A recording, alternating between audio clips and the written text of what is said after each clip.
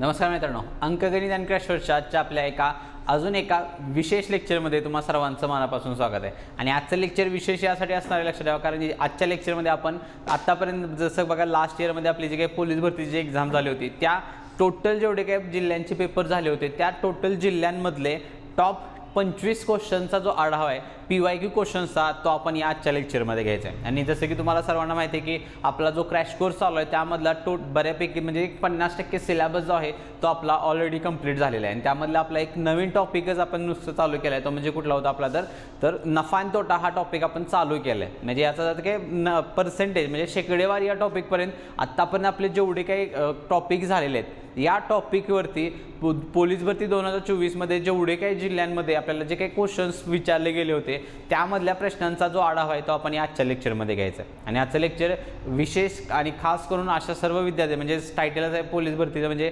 Police भरतीच्या विद्यार्थ्यांसाठी हे खास करून असणारच आहे. पण त्यातल्या त्यात जे विद्यार्थी नवीन चालू अभ्यास केला आहे अशा विद्यार्थ्यांसाठी तर हे खूप फार महत्त्वाचं लेक्चर असणार आहे. कारण आजच्या लेक्चरमध्ये आपण फक्त आणि फक्त लक्ष ठेवा टायटलच आहे टॉप 25 क्वेश्चन्स बघायचे आहेत, म्हणजे सगळ्या जिल्ह्यांच्या ह्याच्यामधून सॉर्टिंग केले, लक्षात ठेवा. आणि त्यामधले 25 क्वेश्चन्स आपण ह्या आजच्या लेक्चरमध्ये घ्यायचे आहेत, जे की डिपेंड असणार आहेत जेवढं काय आपल्या आत्ता बघा आपल्या क्रॅश कोर्समध्ये जर सांगायचं झालं तर पहिला म्हणजे सरळ रूप देणे, त्याचे शाब्दिक उदाहरणे म्हणजे संख्या टॉपिकचे हे 2 सरळ रूप दे आणि शाब्दिक, त्यानंतर लसावी मसावी, सरासरी, गुणोत्तर प्रमाण, वयवारी, आणि त्यानंतर आपला कुठला बघायचा आपण तर शेकडेवारी. तर ह्या अशा टोटल जवळजवळ 5 ते 6 टॉपिक्सवरती डिपेंड असणाऱ्या सर्व प्रश्नांचा आढावा आपण आजच्या लेक्चरमध्ये घ्यायचा आहे. आणि पोलीस भरतीला जर म्हटला सर्वात टॉपचा जर काय पेपर जर कुठला असेल तर तो होता आपला कुठला तर भंडारा जिल्ह्याचा पेपर असतोय. मग त्या भंडारा जिल्ह्यामधले देखील क्वेश्चन्स आपण या आजच्या लेक्चरमध्ये बघायचे आहेत. आणि सर्व विद्यार्थ्यांना जर आजचं लेक्चर लक्षात फार महत्त्वाचं आहे, कारण जेवढे काही क्वेश्चन्स आपण आजच्या लेक्चरमध्ये घेणार आहे त्याबद्दल एक सरळ सिंपल स्टेटमेंट मी सांगेन तुम्हाला. जेवढे काही क्वेश्चन्स आपण आज बघणार आहोत हे जर सगळेच्या सगळे क्वेश्चन्स तुम्हाला सुटत असतील तर लक्षात ठेवा गणितामध्ये तुमचे सगळे आउट ऑफ प्रश्न तुमचे 100% येणार. पण ह्याच्या उलटं पण असणार आहे. ज्या विद्यार्थ्यांना आजच्या प्रश्नांमधले 25 पैकी कुठेतरी 18-20 प्रश्न जर सुटत असेल लक्षात ठेवा तर तुम्ही अजूनही तुमची तयारी चांगल्या पद्धतीने केली पाहिजे आणि त्याचा फायदा तुम्हाला येणाऱ्या अपकमिंगच्या पोलीस भरतीच्या पेपरमध्ये तुम्हाला त्याचा फायदा 100% होईल. त्यामुळे दोन्ही पद्धतीने विचार करायचा आहे, कारण सगळे जे क्वेश्चन्स आहेत क्वेश्चनला चालू केल्यानंतर तुम्हाला ते लक्षातच येईल की क्वेश्चनचे जे सिलेक्शन जे आपण केले ते कोणत्या पद्धतीचं आहे. सगळे एकदम टॉपचे क्वेश्चन्स आहेत, फक्त गरज आहे ती तुमचे त्यात 2 ते 3 गोष्टी तुम्हाला प्रॉपर ऑब्झर्व करायचे आहेत. पहिली म्हणजे तुम्ही पहिल्या तर ते एक्झाम्पल तुम्हाला सुटलं पाहिजे, हे महत्त्वाची प्रायोरिटी असणार आहे. त्यानंतर सेकंड प्रायोरिटी असेल तुमचं की तुम्ही त्या त्या एक्झाम्पलला सोडवण्यासाठी कोणत्या पद्धतीचा वापर करताय. मग ह्या 2 गोष्टी अत्यंत महत्त्वाच्या आहेत. आणि तिसरी असणार आहे ती म्हणजे तो क्वेश्चन सोडवण्यासाठी तुम्ही घेत असलेला वेळ.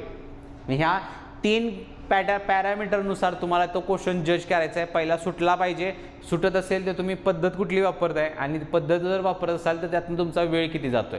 ह्या तिन्ही गोष्टींचा जो आढावा आहे तो तुम्हाला आजच्या या प्रश्नांच्या माध्यमातून 100% तुम्हाला त्याचं जे ॲनालिसिस आहे ते चांगल्या पद्धतीने होऊन जाईल. ठीक आहे, चला तर मग वेळ वाया न घालवता लेक्चरला आपण चालू करूया. त्यामधले सुरुवातीला बघा आपण सरळ रूप द्याचे क्वेश्चन्स बघायचे. संख्या या टॉपिकमध्ये आपल्याला माहिती आहे की सरळ रूप द्या हा जो प्रश्न आहे टायटल आहे त्या प्रश्नावरती आधारित आपल्याला प्रश्न विचारले जातात. आणि हे जे सुरुवातीचे सगळे जे क्वेश्चन्स आहेत ते डायरेक्टली मी बोर्डवरती लिहितोय. तुमचं काम एक असणार आहे क्वेश्चन स्क्रीनवरती आल्यानंतर व्हिडिओ पॉज करून तुम्ही तो क्वेश्चन जो आहे तो सोडवण्याचं काम जे आहे ते करायचं आहे. ठीक आहे, तर पहिलाच प्रश्न आहे बघा, जबरदस्त खूप प्रश्न आहे. एक्झाम्पल आहे 999.1/7 अधिक 999.2/7 प्लस 999.3/7, त्यानंतर आहे परत 999.4/7, परत 999.5/7 आणि लास्ट आहे 999.6/7. ठीक आहे, अशा पद्धतीचा हा आपला पहिलाच प्रश्न. आणि क्वेश्चनची लेवल बघू शकतायचा, म्हणजे हा एक आजचा आजचा जो लेक्चर आहे ते अशा विद्यार्थ्यांसाठी फार महत्त्वाचं आहे जे विद्यार्थी असे सजेस्ट करतात की पोलीस भरती एकदम सोपं आहे, गणित तर लय सोपं पडतं, एकदम बेसिक लेवलचे क्वेश्चन्स असतात. अशा विद्यार्थ्यांचा जो समज आहे तो 100% आजच्या ह्या लेक्चरमधून दूर पण होणार आहे. आणि जे विद्यार्थी ज्यांनी नुकताच अभ्यास चालू केला आहे, गेले 3 ते 4 महिन्यापासून तुमचा अभ्यास चालू असेल त्या विद्यार्थ्यांनी अवेअर स्वतःला करायचे, स्वतःला जागृत करायचे की मला हितपर्यंतची लेवल लक्षात ठेवा, तुम्हाला पोलीस भरतीसाठी देखील मॅच करायचं. ठीक आहे. त्यातलं पहिलं एक्झाम्पल तुमच्या स्क्रीनवरती आहे बघा. पूर्णांकयुक्त अपूर्णांकांची बेरीज जी आपण कन्सेप्ट आहे त्या कन्सेप्टवरती डिपेंड असणार हे एक्झाम्पल आहे. मग व्हिडिओ पॉज करून तुम्ही आधी स्वतः जज करायचं की तुम्ही हे एक्झाम्पल कशा पद्धतीने सोडवू शकतायसा किंवा काय करावं लागेल. पहिला एक्झाम असं कन्सिडर करा की हे तुम्ही एक्झाममध्ये सॉल्व्ह करतायसा क्वेश्चन्स, तरच तुम्हाला समजेल की आपण करतोय काय आणि आपल्याला केलं कायला पाहिजे होतं. ठीक आहे. मग त्यामुळे आता इथं बघा पूर्णांकयुक्त अपूर्णांकांची कन्सेप्ट तुम्हाला माहीत असेल. त्या पूर्णांकात आणि त्या अपूर्णांकामध्ये चिन्ह कुठलं असतं तरी लक्षात ठेवा, तर ते प्लस चिन्ह मानतो आपण. ठीक आहे. म्हणजे ही जी पहिली आहे बघा, हा जो पूर्णांकयुक्त अपूर्णांक आहे या दोघांच्या मध्ये हिथं प्लस चिन्ह आहे, हिथं पण प्लस चिन्ह असणार आहे, हिथं पण प्लस आहे आणि सगळीकडेच ते प्लस प्लस चिन्ह येणार आहे. बरोबर. मग याचाच अर्थ काय झाला रे, जर प्रत्येक संख्येमध्ये जर प्लस चिन्ह येत असेल तर प्रत्येकामध्ये बघा हा 999 हा जो फॅक्टर आहे तो कॉमन फॅक्टर तुम्हाला मिळेल, प्रत्येकामध्ये तो कॉमन आहे तो. ठीक आहे. मग तो जर कॉमन असेल तर मी काय करणार आहे, हे 999 इकडं कंसामध्ये बाहेर काढेल. ठीक आहे. कारण प्रत्येकामध्ये ते कॉमन फॅक्टर आहे. मग जर तो बाहेर काढला तर प्रत्येकाचा जो अपूर्णांकाच्या ज्या व्हॅल्यू आहेत त्या फक्त कंसामध्ये राहणार आहेत. काय काय राहील बघा, 1/7 परत 2/7 प्लस 3/7 परत ते 4/7 त्यानंतर 5/7 आणि लास्टला जो आहे तो कोण आहे तर 6/7. हे का माझं कंसामध्ये राहणार. ठीक आहे. पुढं same process 999 as it is common factor येणार आहे. मग आता इथं बघा अपूर्णांकांची कन्सेप्ट माहिती आहे आपल्याला, जर छेद समान असेल तर फक्त मी अंशाची बेरीज करतो. मग अंशाची बेरीज करा कारण प्रत्येकाचा छेद 7-7च होत गेलेला आहे. मग जर छेद समान असेल तर बेरीज करा. 6 5 11 15 18 2 20 आणि 21 म्हणजे किती आली ते बेरीज 21/7 आलं ते. आणि 7 ने 21ला मला माहिती आहे बघा पूर्ण भाग जातोय. मग कटिंग करा 7 त्रिक 21 म्हणजे थोडक्यात फक्त तुम्हाला एवढंच करायचं आता काय 999ची तिप्पट करा, तुमचं फायनल आन्सर येईल. किती होणार बघा 9 त्रिक 27 कॅरी 2 जाईल, परत 9 त्रिक 27 आणि 2 29 परत हातच्या आले 2 परत 9 त्रिक 27 आणि 2 तर 29 म्हणजेच काय या प्रश्नाचं जे काही फायनल आन्सर आहे ते किती असायला पाहिजे 2997 हे आपलं काय असणार आहे आन्सर असणार आहे. ठीक आहे. आता इथं बघा जज तुम्ही स्वतः एक्झाम्पलला जज 100% केलं असेल किंवा काय करायला पाहिजे होतं आपण. ठीक आहे. ज्या विद्यार्थ्यांनी सोडवण्याचा प्रयत्न केला आहे वेगळं काय करत असेल तर लक्षात ठेवा तुम्हाला या पद्धतीने हे एक्झाम्पल सॉल्व्ह करायचं होतं. ठीक आहे. उत्तर किती असेल 2997 हे आपलं फायनल आन्सर असणार आहे. ठीक आहे. चलो पुढे जाऊ. पुढे देखील बघा आता पहिलं जसं तुम्हाला म्हणलं 5 ते 6 एक्झाम्पल्स आहेत जे फक्त या सरळ रूपद्याच्या कॅटेगरीवरती आहेत. म्हणजे असे क्वेश्चन्स भरपूर पडलेले आहेत. म्हणजे त्यातलेच आपण सिलेक्टिव्ह क्वेश्चन्स एवढेच केले आहेत जे खरंच वेगळं काहीतरी पडले दरवर्षीच्या पद्धतीचा वापर न करता वेगळं काहीतरी असेल तोच क्वेश्चन आपण ह्याच्या लेक्चर्समध्ये बघायचे. ठीक आहे. पुढचा जो प्रश्न आहे बघा तो, आणि हा जर प्रश्न सांगायचा झाला तर हा बघा गोंदिया पोलीस शिपाई किंवा गोंदिया पोलीस या जिल्ह्यासाठी हा त्या पेपरमधला हा प्रश्न आता जो होता तो आपण बघितला होता. ठीक आहे. पुढचा जाऊया. पुढचा जो प्रश्न आहे बघा तो पण ह्याच्यावरचा आहे, बैजिक राशीवरती डिपेंड असणारा हा प्रश्न आहे. तर सेम लिहिल्यानंतर व्हिडिओ पॉज करून तुम्ही सोडवायचा प्रयत्न करायचा आहे. तर काय बघा प्रश्न 11चा घन छेदामध्ये परत 7.3चा वर्ग अधिक 3.7चा वर्ग प्लस आणि इकडं आहे परत 7.4 गुणिले 7.3. पहिला कंस 7.4 आणि दुसरा आहे 7.3. सेम काम आहे तुमचं. व्हिडिओ पॉज करायचा आणि ह्याचा आन्सर जे आहे त्यात तुम्हाला काढण्याचा प्रयत्न करायचा. ठीक आहे. तर हा जो प्रश्न आहे बघा तो आपलं माहिती आहे छत्रपती संभाजीनगर या जिल्ह्याचा हा पेपर आहे. सॉरी पेपर म्हणतोय पेपरमधला हा प्रश्न आहे तुम्हाला छत्रपती संभाजीनगर म्हणजे सॉरी आणि शिपाईचा नाही SRPFच्या पेपरमधला हा जो क्वेश्चन आहे तो तुमच्या स्क्रीनवरती आता. व्हिडिओ पॉज करायचा आहे आणि तुम्ही आन्सर जे आहे याचा आता काढण्याचा प्रयत्न करायचा आहे. कारण सरळ रूपाचे जसं तुम्हाला म्हटलं की हे जे 2 ते 4 ते 5 क्वेश्चन्स आहेत बघा जे खरंच म्हणजे एक जबरदस्त क्वेश्चन होते जे की तुम्हाला मागच्या वर्षी किंवा त्याच्या मागच्या वर्षी जेवढे काही पेपर झाले होते पोलीस भरतीचे त्यामुळे तुम्हाला अशा पद्धतीचे प्रश्न कुठेही बघायला मिळणार नाही. मग आता इथं बघा प्रश्न जर बघितला तर अंशामध्ये 11 आहे आणि छेदामध्ये जर बघितलं तुम्ही तर इथं बैजिक राशीचा एक काहीतरी तुम्हाला वापर केलेला जाणवेल छेदामध्ये. फक्त अंशामध्ये जर बघितलं तुम्ही तर तिथं 11चा घन आहे लक्षात ठेवा. आणि 11चा घन म्हणजे 11 तर एक साधी सिंपल संख्या आली. मग 11चा घन जर करत बसला तुम्ही तर 11चा घन आपल्याला माहिती आहे किती असतो 1331 आहे. मग 1331 जर लिहिलं तुम्ही आणि ह्याला जर तुम्ही सोडवत बसला परत मग 7.3चा वर्ग करत बसला तर तसं काय करायचं नाही लक्षात ठेवा. हे एक्झाम्पल तुम्हाला सॉल्व्ह करायचं आहे बैजिक राशीचा वापर करून. मग त्यासाठी होणार काय तुमचे प्रोसेस, तर 11चे इथं छेदामध्ये बघा तर 2 व्हॅल्यू आहेत ए आणि बी. मग ए जो आहे तो तुमचा हा कोण असला पाहिजे रे 7.3 असणार आहे आणि बी ही जी किंमत आहे ती असेल तुमची 3.7ची. मग आपल्याला माहिती आहे ए स्क्वेअर प्लस बी स्क्वेअर प्लस 2ab हे एक्सपान्शन मिळते. आता इथे तुम्हाला 2 फक्त दिसत नाही आहे. 2 साठी म्हटला तर हे बघा 7.4 74 कन्सिडर करा, त्याला 37ची दुप्पट आहे ना 74 असते बरोबर. म्हणजे ती लक्षात ठेवा त्या 2 ab व्हॅल्यू आहे, तुम्ही कुठल्या तरी एका संख्येची दुप्पट असली पाहिजे. मग छेदामध्ये मला काय मिळते रे, तर ए प्लस बी ब्रॅकेट स्क्वेअरचं एक्सपान्शन मिळते मला. मग अंशामध्ये तुम्हाला 11चा घन चेंज करायचा आहे लक्षात ठेवा, किंवा 11चा घन ॲज इट इज केला तरी चालेल, त्याला नाही बदलला तरी चालेल, काय प्रॉब्लेम नाही. ठीक आहे. मग छेदामध्ये जसं तुम्हाला म्हटलं काय मिळालं आहे मला, तर ए प्लस बी ब्रॅकेट स्क्वेअर मिळतोय ना. मग 7.3 अधिक 3.7 कंसाचा वर्ग हे एक्सपान्शन मला छेदामध्ये मिळते. ह्याला जर तुम्ही एक्सपांड केला तर ही व्हॅल्यू येणार आहे तुमची. मग आता ह्याला झालं साधे सिंपल फॉर्ममध्ये आलं असं तुम्ही. मग 11चा घन छेद 7.3 आणि 3.7 की जाते रे, तर 7.3ला हे वरचं 3 द्या, आपलं 7 द्या, 8 झालं, 8 आणि 3 11. मग छेदामध्ये काय मिळते मला 11चा वर्ग मिळतोय. मग 11चा घन म्हणजे काय असते रे, तर 3 वेळा गुणाकार करतो मी, तर 3 वेळा गुणाकार म्हणजे 11 11 11 होईल. 11चा वर्ग म्हणजे 2 वेळा गुणाकार. मग हे 2 कटिंग होतील बघा, राहिलं फक्त काय रे 11 राहील आणि हेच माझं काय असणार या प्रश्नाचं उत्तर असेल. क्लिअर आहे. तर या पद्धतीने तुम्हाला हे एक्झाम्पलशी डील करायचं होतं. बैजिक राशीचाच वापर करायचा आहे, पण तो वापर करायचा या पद्धतीनं. ठीक आहे. चलो पुढे जा. पुढचा देखील प्रश्न जो आहे बघा तो सेम पेपरमधला आहे. याच संभाजीनगरचा जो काही SRPFचा जो पेपर आहे त्याच पेपरमधले आता पुढचे 1-2 क्वेश्चन्स आपल्याला बघायचे आहेत. आणि त्यामधला पहिला प्रश्न आहे ह्याच्यावरती डिपेंड असणार आहे दशांश चिन्हांचा गुणाकार भागाकाराची जी काही कन्सेप्ट आहे त्या कन्सेप्टवर डिपेंड असणारा हा प्रश्न आहे. काय सांगितलं बघा, 4.18 भागिले 0.418 प्लस 52.7 भागिले 5.27.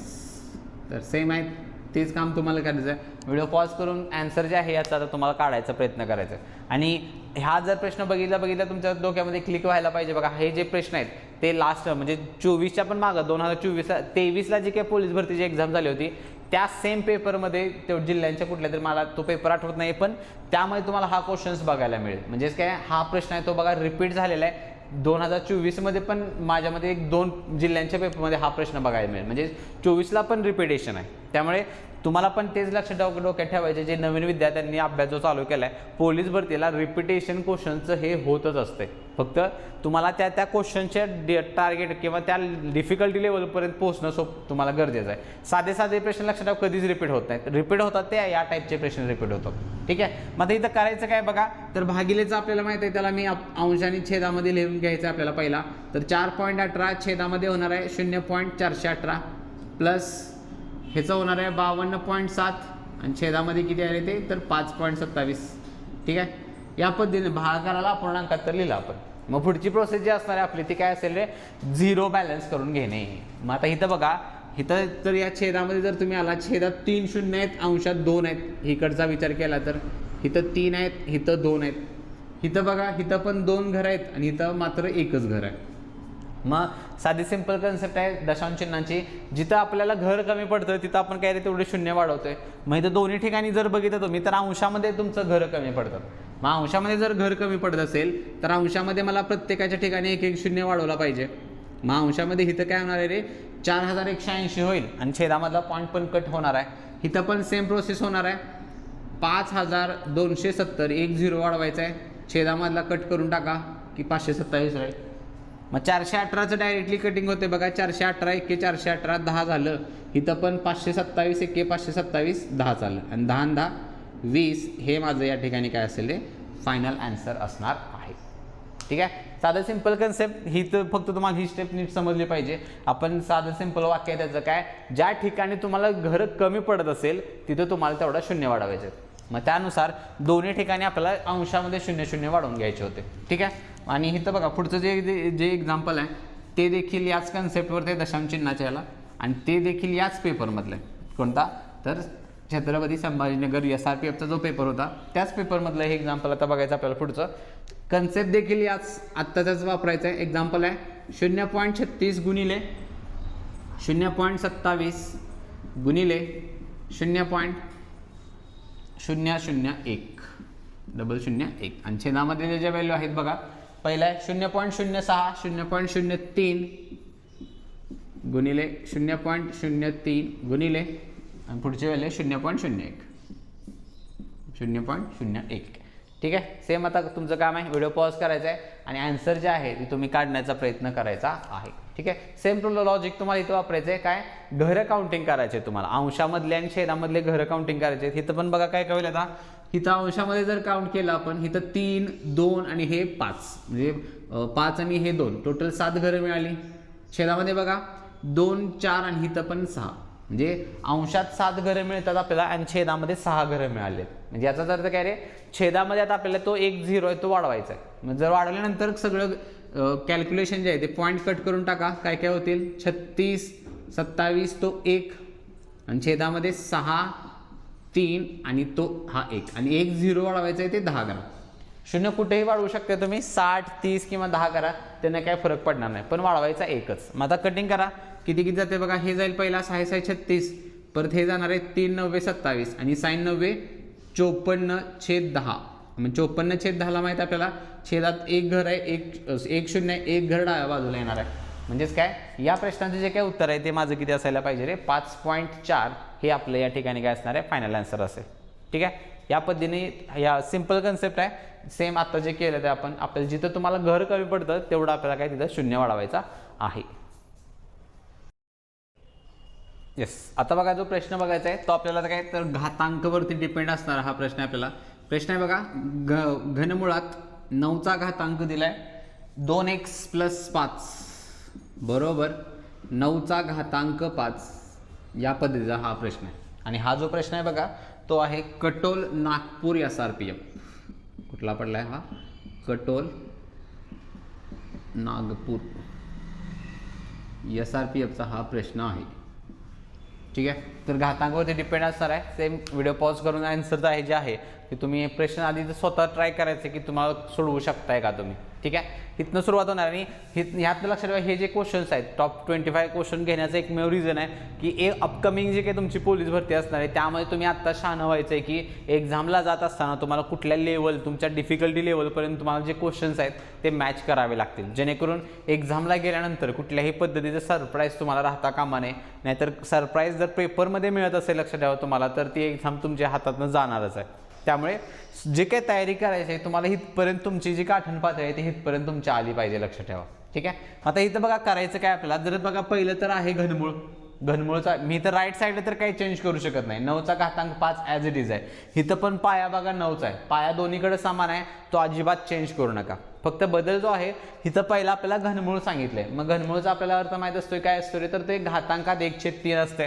ठीक आहे. मग त्या पद्धतीनं ह्याला मी तुम्हाला लिहावं लागेल, काय होणार आहे आणि दोघांचा तो गुणाकार पण होणार आहे. म्हणजेच काय होईल रे, 2x + 5 छेदामध्ये हे 3 येणार आहे आणि बरोबर होईल 9चा घातांक 5. ठीक आहे. अशा पद्धतीने हे आपलं पहिलं कंडिशन होणार आहे. घनमूळचा घातांक, घनमूळ ह्याचा अर्थ काय असतो, घातांकात 1/3. मग 1/3 म्हणजे काय रे, ते 3 आहे ते छेदात आहे. मग हे छेदामध्ये असल्यामुळे डायरेक्टली तुम्ही ह्याला जो घात आहे त्याच्यामध्ये लिहू शकतायचा. मग आता इथं बघा, इथं सरळ दिसतंय की पाया समान झालाय.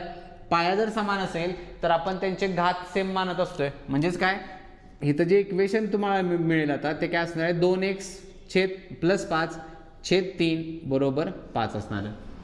मग परत सेम आता इक्वेशन आला थोडक्यात हे. मग यातनं आपल्याला फक्त x ची किंमत काढायची आहे. हे छेदातलं 3 इकडे जर मी ढकललं तर ते गुणाकारात जाणार आहे. म्हणजे काय होईल बघा, 2x + 5 बरोबर हे 5 होईल, 5 त्रिक 15. त्यानंतर हे +5 इकडे काय होणार आहे, मायनसला येणार आहे. 15तनं 5 गेले, 10 उरले. परत हे 2 पाहिजे, म्हणजे x ची किंमत पाहिजे. 2 इकडं काय रे, भागाकारामध्ये शिफ्ट होणार आहे. मग x ची जी काय किंमत आहे ती मिळेल मला 2×5 = 10. म्हणजे थोडक्यात काय, x ची जी काय किंमत आहे तुमची ती किती असायला पाहिजे रे, तर 5 हे माझं काय असणार फक्त ह्या ठिकाणी फायनल आन्सर असणार आहे. ठीक आहे. साधा सिंपल प्रश्न आहे, फक्त ही कन्सेप्ट कळणं गरजेचं आहे की घनमुळामध्ये घनमुळचा जो काय अर्थ असतो तो घातांकात किती रे, 1/3 आपण घेतो. ठीक आहे. चलो पुढे जाऊ. पुढचा देखील प्रश्न आपल्याला याच पेपरमधला बघायचा आहे, नागपूरचा जो काही SRPFचा जो पेपर आहे तो. आणि क्वेश्चन जबरदस्त आहे बघा. पुढचा जो आत्ता घ्यायचा आहे, काय सांगितलं आहे बघा तिथं, तर 2 + √3 छेद 2 - √3 + 2 - √3 छेदात आहे. सेम व्हॅल्यू 2 प्लस वर्गमुळात 3. तर अशा पद्धतीचा हा प्रश्न आहे. सेम व्हिडिओ पॉज करायचा आणि तुम्ही स्वतः क्वेश्चन जो आहे तो सोडवण्याचा प्रयत्न करायचा आहे. बऱ्यापैकी बघा आता विद्यार्थ्यांचा असा देखील समज असतो की रिस्पेक्टिव्ह जो काही क्वेश्चन्स आपण बघतोय, आता हा जो प्रश्न आहे तो बघा नागपूर SRPFचा आहे. मग एखादा विद्यार्थी जर म्हणत असेल की जो प्रश्न किंवा जी मी तयारी करणार आहे त्याचा जो मी काही समजा मुंबईसाठी जर फॉर्म भरत असेल किंवा कोल्हापूर जिल्ह्याला फॉर्म भरणार असेल, तर हा जो प्रश्न आहे तो मला पडेल का नाही किंवा मला पडणारच नाही, अशा पद्धतीचा जो काही समज आहे तो विद्यार्थी करून घेत असतात. पण लक्ष ठेवा, हे जे काही क्वेश्चन्स आहेत तर तुम्हाला एकंदरीत सगळ्या पेपरला तयारी करून किंवा क्वेश्चनची लेवल बघून तुमची जी तयारी आहे ती झाली पाहिजे. कारण असं काही नसतं लक्ष ठेवा पोलीस भरतीच्या मध्ये की एखाद्या जिल्ह्याचा पेपर किंवा जो पॅटर्न एखाद्या जिल्ह्याला पडलेला आहे तो पॅटर्न दुसऱ्या कुठल्याही जिल्ह्याला कधीच पडणार नाही असं आपण कधीही म्हणू शकत नाहीये.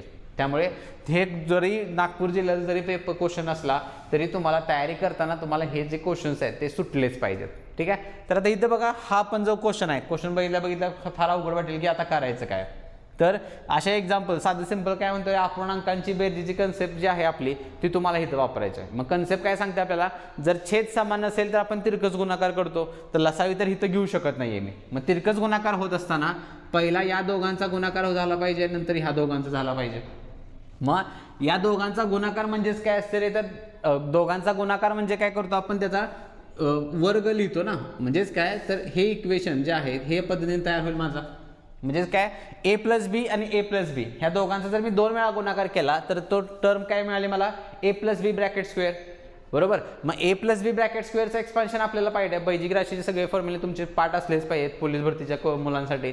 मग ह्याचं जे एक्सपान्शन आहे ते काय असते रे, तर a² + 2ab + b² हे येणार आहे. लागली दुसरं पण वापरा, इथं बघा मायनस साईन आहे, फक्त मायनस साईन असेल तर फक्त काय मिळणार आहे मला, a - b ब्रॅकेट स्क्वेअर मिळेल. मग ह्याचं जर मी एक्सपान्शन केलं तर जे की काय असते, a² - 2ab + b². ठीक आहे. ह्या दोन आपल्याला इक्वेशन, ह्या दोन बैजिक राशींच्या राशींचा वापर हे एक्झाम्पल सोडवताना करायचं आहे. ज्याच्यामध्ये a ची जी काही किंमत आहे बघा प्लस साईनसाठी a ची किंमत 2 आहे आणि ह्या b ची किंमत काय असते, वर्गमुळात 3 आहे. मग या दोघांना या फॉर्ममध्ये लिहा फक्त. a² म्हणजे कोण रे, 2चा वर्ग किती असतोय, 4. त्यानंतर plus sign as it is आहे. 2ab 2ab म्हणजे काय, तर हे बे 4 आणि b म्हणजे तर वर्गमुळात 3 ॲज इट इज राहणार आहे. 4 वर्गमुळात 3 प्लस b² आणि b ची किंमत कोण आहे, वर्गमुळात 3 आहे.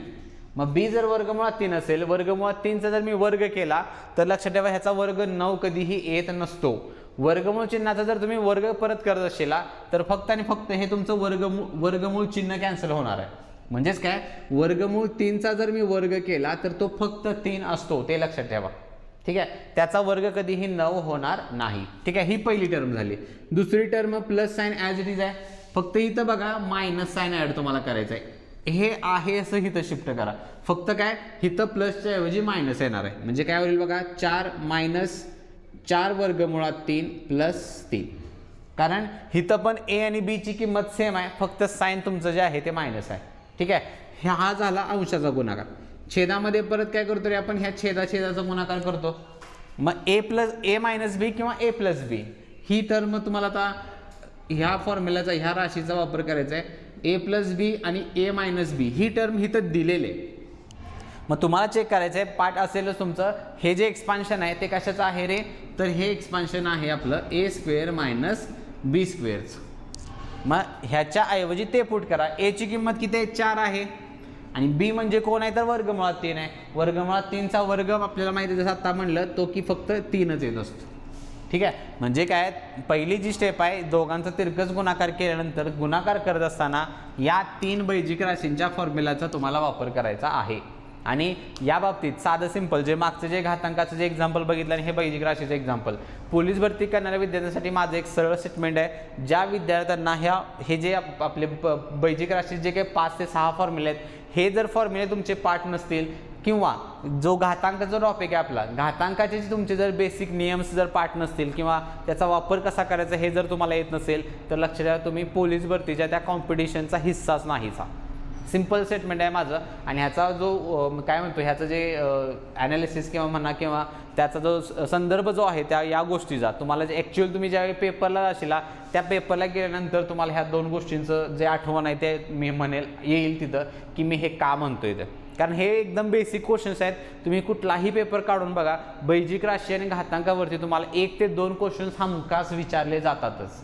मग तुम्ही जर असले साधे साधे क्वेश्चन जर तुम्ही हाताखाल किंवा साधे सिंपल जर प्रश्न सोडवत असतील म्हणजे सुटत नसतील तुम्हाला, तर लक्षात ठेवा तुम्ही तो जो काही हिस्सा जे आपण सिलेक्शन जे म्हणतोय ते सिलेक्शन तुमच्या फार लांब आहे असं तुम्ही समजू शकता. लक्षात ठेवा बेसिक गोष्टी आहेत, ह्या बेसिक गोष्टी तुमच्या पाठ असणं फार गरजेचं आहे.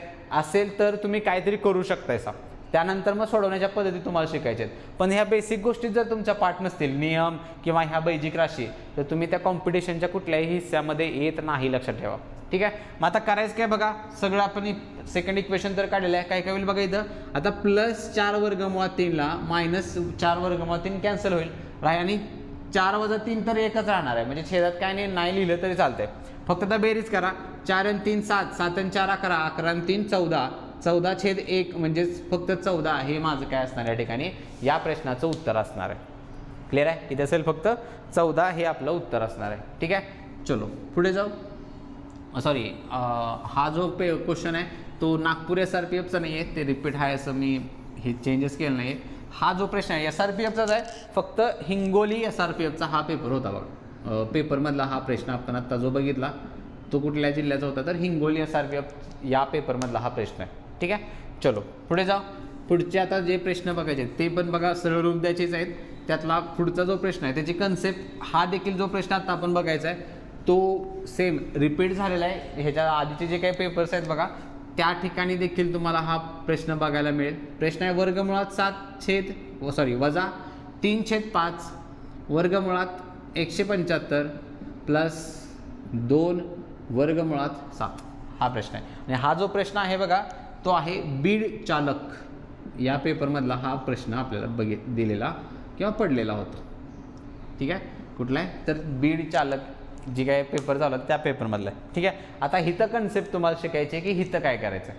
जे लक्षात ठेवा जेवढे काही क्वेश्चन्स घेतलेत त्यामध्ये असे सिलेक्टिव्ह क्वेश्चन्स घेतले, एक तर ते हाय लेवल तर असलेच पाहिजेत, पण एक व्हरायटी असली पाहिजे त्यामुळे, जेणेकरून तुम्हाला पण सोडवताना प्रत्येक एक्झाम्पलला एक नवीन व्हरायटी किंवा नवीन कन्सेप्ट ते तुम्हाला तिथं 100% शिकायला मिळेल. मग आता इथं बघा वर्गमुळात 7 आहे. आता वर्ग 7 तर आपल्याला माहिती आहे की पूर्ण वर्ग संख्या नाही आहे, मी त्याचं वर्गमूळ नाही घेऊ शकत. सेम हिथं पण 7 आहे, विषय सोडून द्या. हिथं राहते फक्त 175 बघा. मग 175 तर ऑब्विसली पूर्ण वर्ग संख्या नाही आहे, पण त्याची तुम्ही फोड नक्की करू शकतायसा. मग ही गोष्ट एक तुम्हाला लक्षात ठेवायची आहे, ज्या विद्यार्थ्यांना माहीत नसेल त्यांच्यासाठी. जर एखाद्या संख्येचं वर्गमूळ संख्या असेल आणि त्याची जर तुम्हाला एक्झॅक्टली वर्गमूळ तुम्ही घेऊ शकत नसाल तर त्याचे तुम्हाला 2 अवयव पाडायचे असतात. मग 2 अवयव पाडत असताना काळजी काय घ्यायची, तुम्हाला एक जी संख्या आहे ती तुमची पूर्ण वर्ग असली पाहिजे किंवा सॉरी वर्गमूळ शब्द प्रॉपर नाही तिथं, कुठला शब्द फिट बसेल तर पूर्ण वर्ग हा शब्द नोट करू आपण. ती जी संख्या आहे ती काय असली पाहिजे, पूर्ण वर्ग असली पाहिजे. आणि दुसरी जी संख्या असणार आहे ती एखादी साधी कोणतीही नैसर्गिक संख्या असावी. ठीक आहे. या 2 फॉर्मॅटमध्ये तुम्हाला ह्या दिलेल्या संख्येतले काय करायचे असतात, लक्षात 2 जे फॅक्टर आहेत ते तुम्हाला पाडावे लागतात. ठीक आहे. पहिली असली पाहिजे एक पूर्ण वर्ग संख्या, दुसरी कुठलीही नैसर्गिक संख्या चालेल, काही प्रॉब्लेम नाही. मग आता आपल्याला जर 175 जर ही केला तर जो मला 25चा जर पाठ असेल तर त्यामध्ये दिसते बघा 2 फॅक्टर मिळतील तुम्हाला, 25 + 2.5 असते. ठीक आहे. म्हणजेच काय 175चे जे काही 2 अवयव आहेत ते असतील तुमचे 25 आणि 7. मग 25 ही पूर्ण वर्ग संख्या आहे, 5 आहे. मग तो फॅक्टर ती स्टेप आता तुमची दुसरी येणार आहे. वर्गमुळात 7 - 3/5 आणि ह्याचे जे फॅक्टर्स आहेत ते काय काय मिळाले, 25 × 7 + 2 वर्गमुळात 7. ठीक आहे. मग त्यानंतर बघा आता हे 25चं वर्गमूळ आपल्याला माहिती आहे जे की किती असते रे, 5 असते. मग पुढची स्टेप सेम राहणार आहे, 3/5 × 5 वर्गमुळात 7 परत +2 वर्गमुळात 7. इथं बघा या 5ला हे 5 कॅन्सल होईल माझं अंशात आणि छेदामध्ये, म्हणजे राहिलं काय काय तर वर्गमुळात 7 - 3 वर्गमुळात 7 अधिक 2 वर्गमुळात 7. या पद्धतीने ही आपले आता लास्टची स्टेप येणार आहे. मग इथं बघू शकताय प्रत्येकाचं जे काही वर्गमुळात 7 ही जी काय व्हॅल्यू आहे ती समान आली, बरोबर. मग जर प्रत्येकाला वर्गमुळात 7 जर समान असेल तर त्याचा तुम्ही प्रत्येकाच्या आता प्लस बेरीज वजाबाकी करू शकतायसा. म्हणजेच काय इथं कोण सहगुणक नाही म्हणजे किती असतो रे, 1 असतो. मग इथं बघा हे 2 आणि हा 1 3 झालं आणि 3 मधनं 3 गेलं तर किती राहतं रे 0 राहत असते म्हणजे 3 वजा 3 0. मग जर ही ह्यांचे सहगुणकांची बेरीज वजा बाकी जर 0 येत असेल तर 0ला वर्गमुळात 7 जर तुम्ही गुणला परत तर उत्तर देखील तुमचं फायनली 0 देणार आहे. ठीक आहे, उत्तर किती असेल 0. हे माझा आन्सर असणार आणि हे एक्झाम्पल डोक्यात ठेवा आणि बऱ्यापैकी जास्त वेळा हे एक्झाम्पल रिपीट पण झालेलं आहे. तुम्ही जसे पेपर ॲनालिसिस करत असशील प्रॉपर चांगल्या पद्धतीनं तिथं ही गोष्ट तुमच्या 100% लक्षात येईल की रिपिटेशन झाले ह्या प्रश्नाचं उत्तर किती आलं पाहिजे 0 असलं पाहिजे. आणि सोबतच ही कन्सेप्ट एक लक्षात ठेवा, ज्यावेळी पूर्ण वर्ग संख्या नसेल तर तुम्हाला या 2 फॉर्मॅटमध्ये तुम्हाला त्याचं काय करायचं आहे उत्तर काढायचं आहे. ठीक आहे, आणि आता एक लास्टचं एक सरळ उद्याचा प्रश्न आपल्याला बघायचा आहे. त्यानंतर आपण जे चालू करायचे ते सर्व शाब्दिक उदाहरणं जे आहेत ते चालू करायचे. शाब्दिक उदाहरणं म्हणजे मग ते संख्या टॉपिकवरची असतील, सरासरीवरची असतील किंवा गुणोत्तर प्रमाण, वयवारी असे मिक्स टाईपचे क्वेश्चन जे आहेत ते आपण बघायचे. ठीक आहे, मग आता एक लास्टचा क्वेश्चन बघूया. तो पण सेम बघा, बीड चालकच्या याच पेपरमधला आहे. प्रश्न काय सांगितला आपल्याला तर 875 गुणिले 25 प्लस 440 गुणिले 25 440 गुणिले 25 आणि छेदामध्ये आहे काय 25 गुणिले 5 25 गुणिले 5.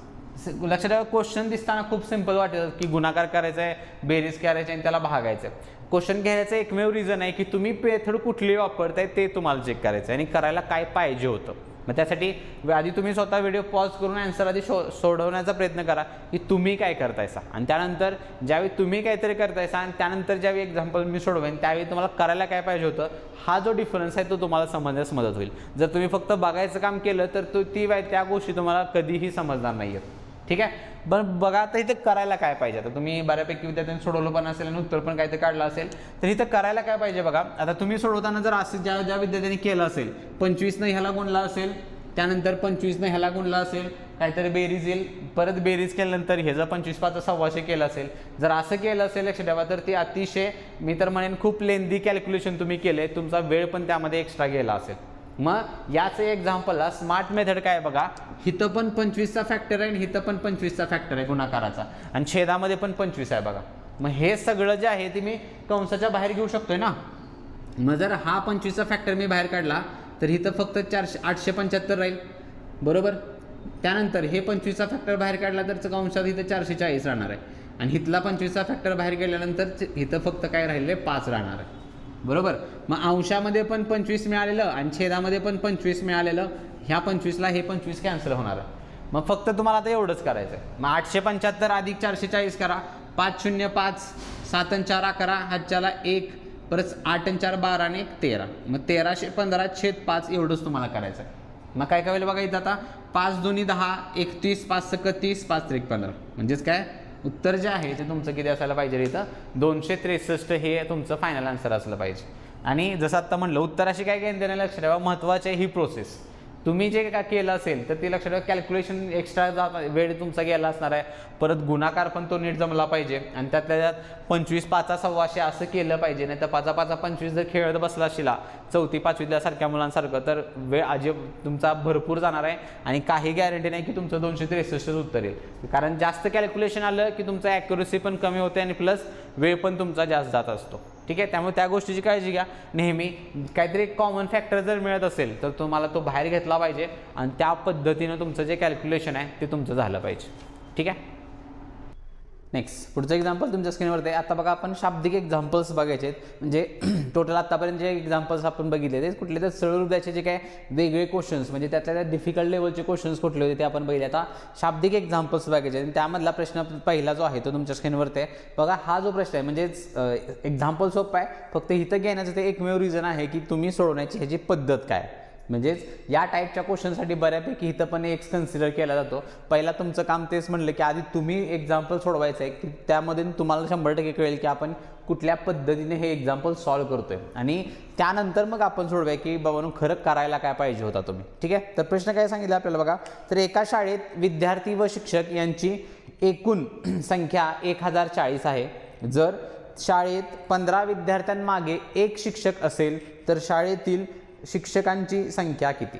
आणि हा जो प्रश्न आहे बघा तो कुठला तर छत्रपती संभाजीनगर या जे काही आपली पोलीसचा पेपर झाला होता त्या जिल्ह्याचा त्या जिल्ह्यातील हा क्वेश्चन आहे तुम्हाला. म्हणजेच बऱ्यापैकी जास्त करून हा या टाईपचा जो क्वेश्चन आहे तो लक्षात ठेवा, तो प्रत्येक जिल्ह्यामध्ये तुम्हाला हमखास बघायलाच मिळणार आहे. फक्त आपण एक एक्झाम्पल फक्त घेतले, त्याचं पण रिझन काय तर एक्झाम्पल अवघड नाही आहे लक्षात ठेवा, फक्त महत्त्वाचे आहे की ह्या एक्झाम्पलसाठी सोडवण्याची मेथड.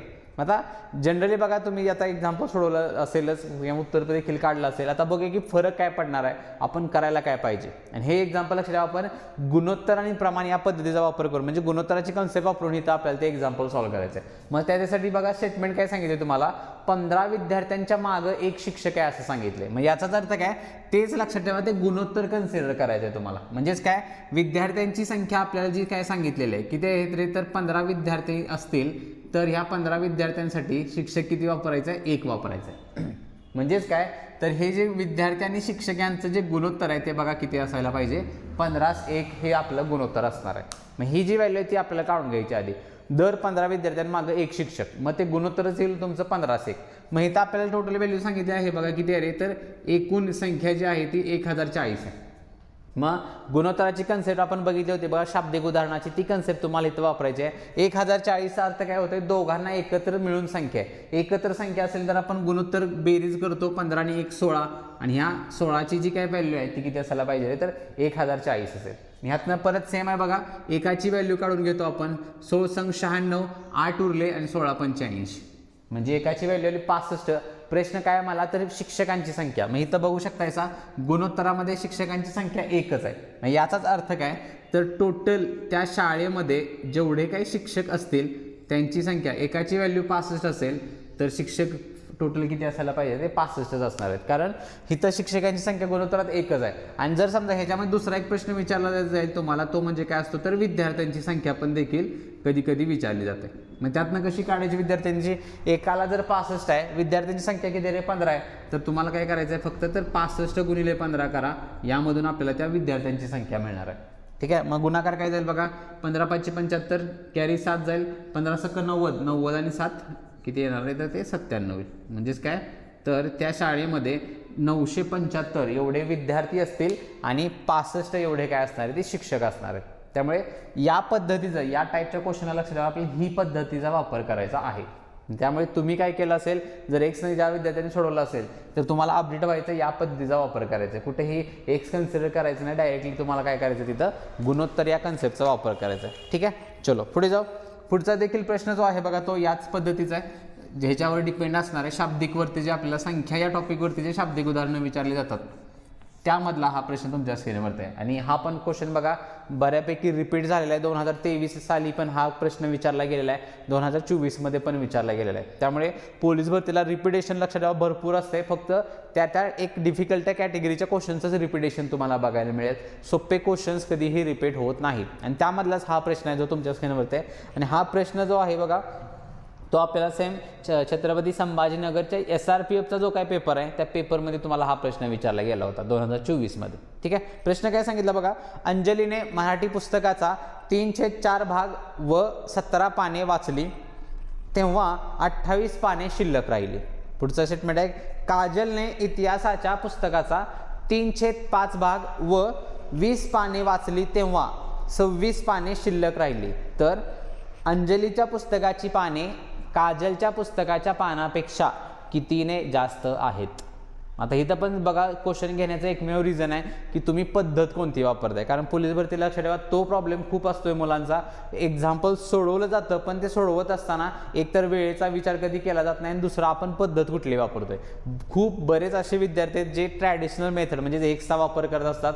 त्यामुळे हे जे 2 क्वेश्चन्स घेतलेत आपण ते घेण्याचं एकमेव रिझन आहे की आपण ह्या अशा क्वेश्चन्सला केलं काय पाहिजे. आणि जोपर्यंत ती पद्धती तुम्हाला समजत नाहीत, जोपर्यंत त्या दोघांमधला फरक तुमच्या लक्षात येणार नाही, तोपर्यंत तुम्ही त्या गोष्टी एक्झाममध्ये कधीही अप्लाय करू शकत नाहीत. नाहीतर नेहमी तुम्ही ट्रॅडिशनल पद्धतीनेच एक्झाम्पल सोडवत राहणार आहे. सर त्यासाठी आधी तुम्ही स्वतःचं काम करायचं आहे. व्हिडिओ पॉज करून आन्सर जे आहे तुम्ही ह्या प्रश्नाचं काय असेल किंवा तुम्ही काय कोणत्या मेथड अप्लाय करताय हे समजून घेणं फार गरजेचं आहे. ठीक आहे. मग आता करायला काय पाहिजे बघा आपण. तर बघा पहिला जो आहे तो अंजलीचा पुस्तकाचा म्हणजे मराठीचं मी टायटल लागतो किंवा अंजली नुसतं नाव टाका जेणेकरून तिथं प्रश्नामध्ये ते शब्द वापरलेत. मग अंजलीचे एकूण पुस्तकाची पानं काढली पाहिजे आपल्याला. स्टेटमेंट काय सांगितले, तिनं 3/4 भाग वाचले आणि त्यात वरची 17 पानं ज्यावेळी ती वाचते त्यावेळी टोटल तिची 28 पानं शिल्लक राहिलेले आहेत, बरोबर. भाग किती आहे रे तो, तर 3/4 भाग आहे. मग इथं काय करायचं लक्षात ठेवा, 3/4 भाग ॲज इट इज ठेवायचं.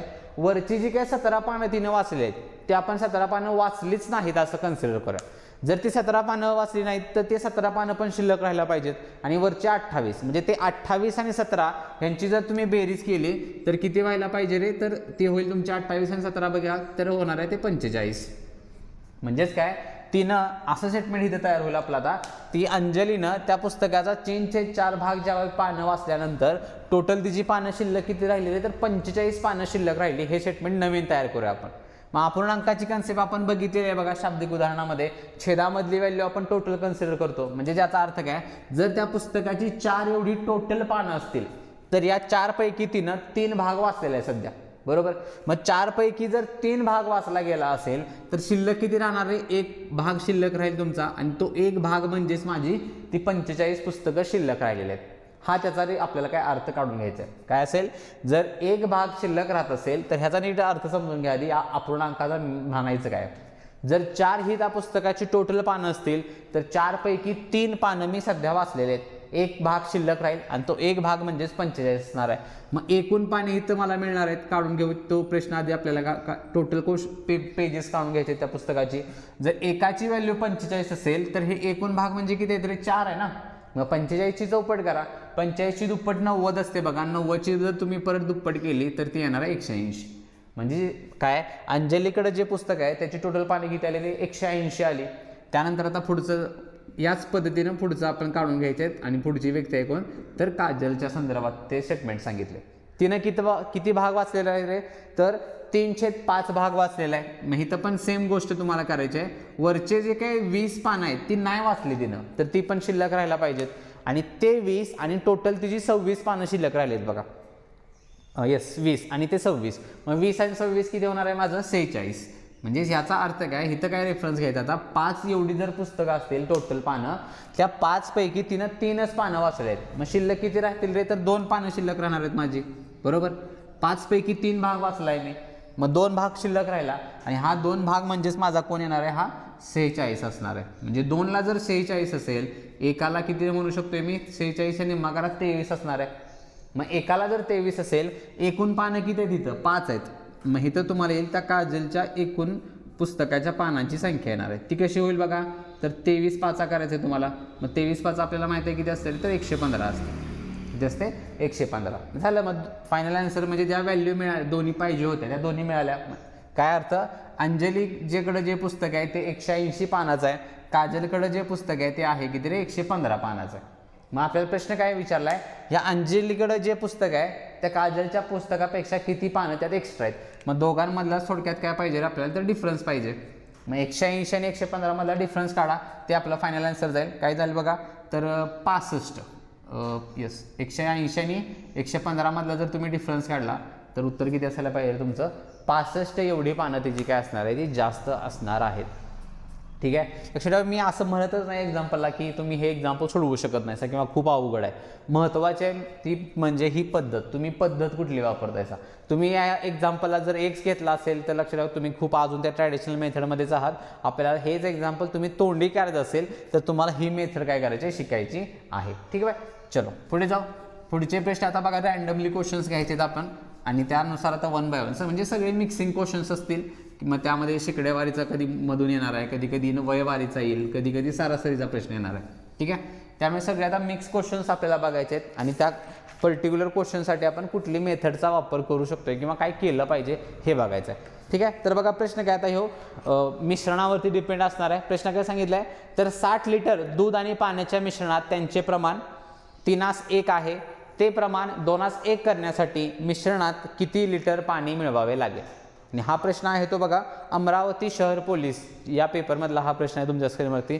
सेम व्हिडिओ पॉज करायचा आहे आणि तुम्ही आन्सर जे आहे ते काढण्याचा प्रयत्न करायचा आहे. तर लक्षात आत्तापर्यंत जेवढे काय आपण क्वेश्चन्स बघतोय आपण ज्या विद्यार्थ्यांनी आपला सगळा क्रॅश कोर्स जॉईन केला आहे, ह्या प्रत्येक कुठल्याही विद्यार्थ्याला गॅरंटी आहे माझी की तुम्ही कुठलेही एक्झाम्पल 100% सोडवू शकता आणि तेही ॲडव्हान्स पद्धतीनं. त्यामुळे जेवढे विद्यार्थी आपल्या या क्रॅश कोर्स सोबत आहे, जे पहिल्यापासून आपण घेत आलेले आहोत आपल्या चॅनलवरती, ते ज्या विद्यार्थ्यांनी तो बघितला आहे त्यांना नक्कीच हे एक्झाम्पल चांगल्या पद्धतीने तुम्ही सॉल्व्ह करू शकता. फक्त ॲप्रोच जो आहे तो तुमचा आता स्पीडशी घेणं देणं असलं पाहिजे. तुम्ही वेळेचा पण विचार करणं फार गरजेचं आहे. ठीक आहे, इथं पण बघा एक्झाम्पल आपण एक कन्सिडर करायचं नाही, गुणोत्तराने सोडवायचं आहे.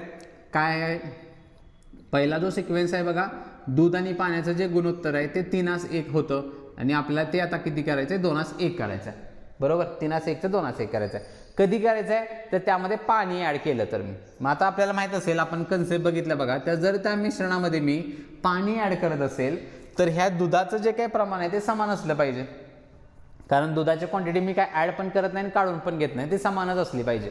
मग ते चेक करा. 1चं 1 म्हणजे काय रे, इथं बघा दूध 3 लिटर होतं, आता 2 लिटर करायचं आहे, म्हणजे 2 लिटर झाले ते, म्हणजे फरक समान आहे का रे, तर समान नाही येतो. सॉरी, फरक शब्द नाही, तर 3 आणि 2 दुधाची क्वांटिटी समान नाही आहे. मग समान करण्यासाठी काय, इथं 3 आणि 1ला तुम्हाला 2 न गुणायला लागेल, लसावी आपल्याला घ्यायचं आहे, आणि 2 1ला 3 न गुणायला लागेल. मग त्यानुसार आपलं हे दुधाचं जे काही प्रमाण आहे ते समान होईल. कसं होईल बघा, आता गुणल्यानंतर 2 जर आतने गुणला तर 6 2 हे माझं गुणोत्तर होईल पहिलं. परत 3 आत गुणा, 3 2 6 आणि 3 1 येतील. आता इथं बघा दुधाचं प्रमाण समान झालं, इथं पण 6 लिटर आहे, इथं पण 6 लिटर आहे. मग पाणी किती वाढलं रे, आधी 2 लिटर होतं, आता 3 लिटर झाले, म्हणजे एकानं त्या दुधाचं पाण्याचं प्रमाण वाढलेलं आहे. मग टोटल व्हॅल्यू मग 6 2 8 हे सुरुवातीचं इनिशियल मिश्रण आहे माझं, आणि ह्या सुरुवातीला आपल्याला सांगितले की 8 लिटरचं 60 लिटरचं मिश्रण आहे टोटल. मग इक्वेट करा, 6 2 8 आणि ह्या 8ची जी काही किंमत आहे ती 60 लिटर आहे. एकाची काढून घ्यायची आपल्याला, 8 7 56 म्हणलं 4 उरले, 8 5 40, म्हणजे एकाची किंमत किती आली रे, 7.5 लिटर आली. आणि इथं आपल्याला दिसते बघा 2चं 3 झाले पाणी, म्हणजेच एकाची वाढ झाली ना. मग याचाच अर्थ काय, एकाचीच किंमत मला किती मिळाली, 7.5 लिटर. मग हेच माझं फायनल आन्सर आहे, काय की त्या मिश्रणामध्ये मला आता 7.5 लिटर एवढं पाणी काय करावं लागणार आहे रे, ॲड करावं लागेल, जेणेकरून ते गुणोत्तर जे आहे ते बदलेल माझं. ठीक आहे, येस. नेक्स्ट पुढचं एक्झाम्पल आहे बघा. तर हे जे एक्झाम्पल आहे आता तुमच्या स्क्रीनवरती ते वयवारीवरती डिपेंड असणार आहे, आणि ह्याचे बघा ऑप्शन्स पण तुम्हाला प्रोव्हाइड केलेत. त्याचा अर्थ काय, तर ह्या एक्झाम्पलसाठी बेस्ट मेथड जी असणार आहे ती असणार आहे कुठली, आपल्याला इथं ऑप्शनचा वापर करून तुम्हाला हे एक्झाम्पल सॉल्व्ह करायचं आहे. त्यासाठी ऑप्शन इथं तुम्हाला प्रोव्हाइड केलेत. सेम व्हिडिओ पॉज करायचा आहे आणि तुम्हाला जे एक्झाम्पल आहे, आता ह्याचे मी हे लिहिलं नाही आहे बघा या एक्झाम्पलला की कुठल्या जिल्ह्याचं आहे, ते थोडंसं चुकून राहिलं आहे माझ्याकडून, पण सेम पोलीस भरतीमधलाच हा प्रश्न आहे लास्ट इयरच्या. पण इथं बेस्ट लक्षात ठेवा, आपल्याला जे कुठलेही एक्झाम्पल जेवढे आपण बघणार आहोत त्याला बेस्ट मेथड काय असली पाहिजे, ती मेथडचा तुम्हाला त्या मेथडचा वापर तुम्हाला करायचा आहे. ठीक आहे, मग हे एक्झाम्पल आपल्याला ऑप्शनवरून सोडवायचं आहे. प्रश्न आधी काय समजून घेऊया. मुलाच्या वयाची दुप्पट वडिलांच्या वयात मिळवली तर दोघांच्या वयाची बेरीज 70 वर्ष होते. वडिलांच्या वयाची दुप्पट मुलाच्या वयात मिळवली तर बेरीज 95 वर्ष होते. तर वडील आणि मुलाचे वय किती, म्हणजेच काय इथं बघा दुप्पट करून ॲडिशन वगैरे जर केली अशी कंडिशन्स आहेत. मग एकदा मुलाच्या वयाची दुप्पट करायची आहे आणि एकदा वडिलांच्या वयाची दुप्पट करायची आहे. असं जर केलं तर एकदा बेरीज 70 होते, एकदा होते 95 वर्ष. मग हेच तुम्हाला फक्त ऑप्शनचा वापर करून चेक करायचं आहे. आणि सिक्वेन्स ऑप्शन सिलेक्ट करत असताना सिक्वेन्स महत्त्वाचा आहे. पहिला जे वय आहे ते वडिलांचं असायला पाहिजे. ठीक आहे, मग त्यानुसार बघा पहिले जे ऑप्शन्स आहेत आपले, पहिला जो ऑप्शन आहे तो आहे 30-15, दुसरा जो ऑप्शन आहे तो आहे 30-10, तिसरा 40-15 आणि चौथा आहे 15-30. ठीक आहे, येस 15-30. आणि ह्याचा जो सिक्वेन्स आहे बघा, तो पहिला जो शब्द तिथं वापरला आहे सिक्वेन्समध्ये, पहिला वडिलांचं वय असणार आहे आणि दुसरा असणार आहे त्या मुलाचं वय. मग आता साधा कॉमन सेन्स आहे, वडिलांचं वय मुलापेक्षा कधीही लहान असू शकत नाही आहे. त्यामुळे चौथा ऑप्शन तर माझा इथंच कट झाला, त्याला चेकच करायचा आहे. मग फक्त कंडिशन्स चेक करायचे बघा. पहिल्या कंडिशन्सनुसार उत्तर बेरीज जी आहे ती 70 वर्ष आली पाहिजे आणि दुसऱ्या कंडिशननुसार बेरीज 95 वर्ष आली पाहिजे. मग पहिल्या कंडिशनमध्ये काय रे, तर मुलाच्या वयाची दुप्पट करायची आहे ती. ठीक आहे, मग इथं जर बघा पहिला जो ऑप्शन आहे 30 आणि 15, मुलाचं वय किती आहे रे, सध्या 15 वर्ष हे मानणार आहे मी. 15ची जर तुम्ही दुप्पट केली तर 30 वर्ष होते, बरोबर. मग ते 30 वर्ष तुम्ही ह्या वडिलांच्या वयात मिळवलं तर बेरीज 70 वर्ष येते का रे, नाही येत. त्यामुळे हा ऑप्शन माझं उत्तर नसणार आहे, कट करा.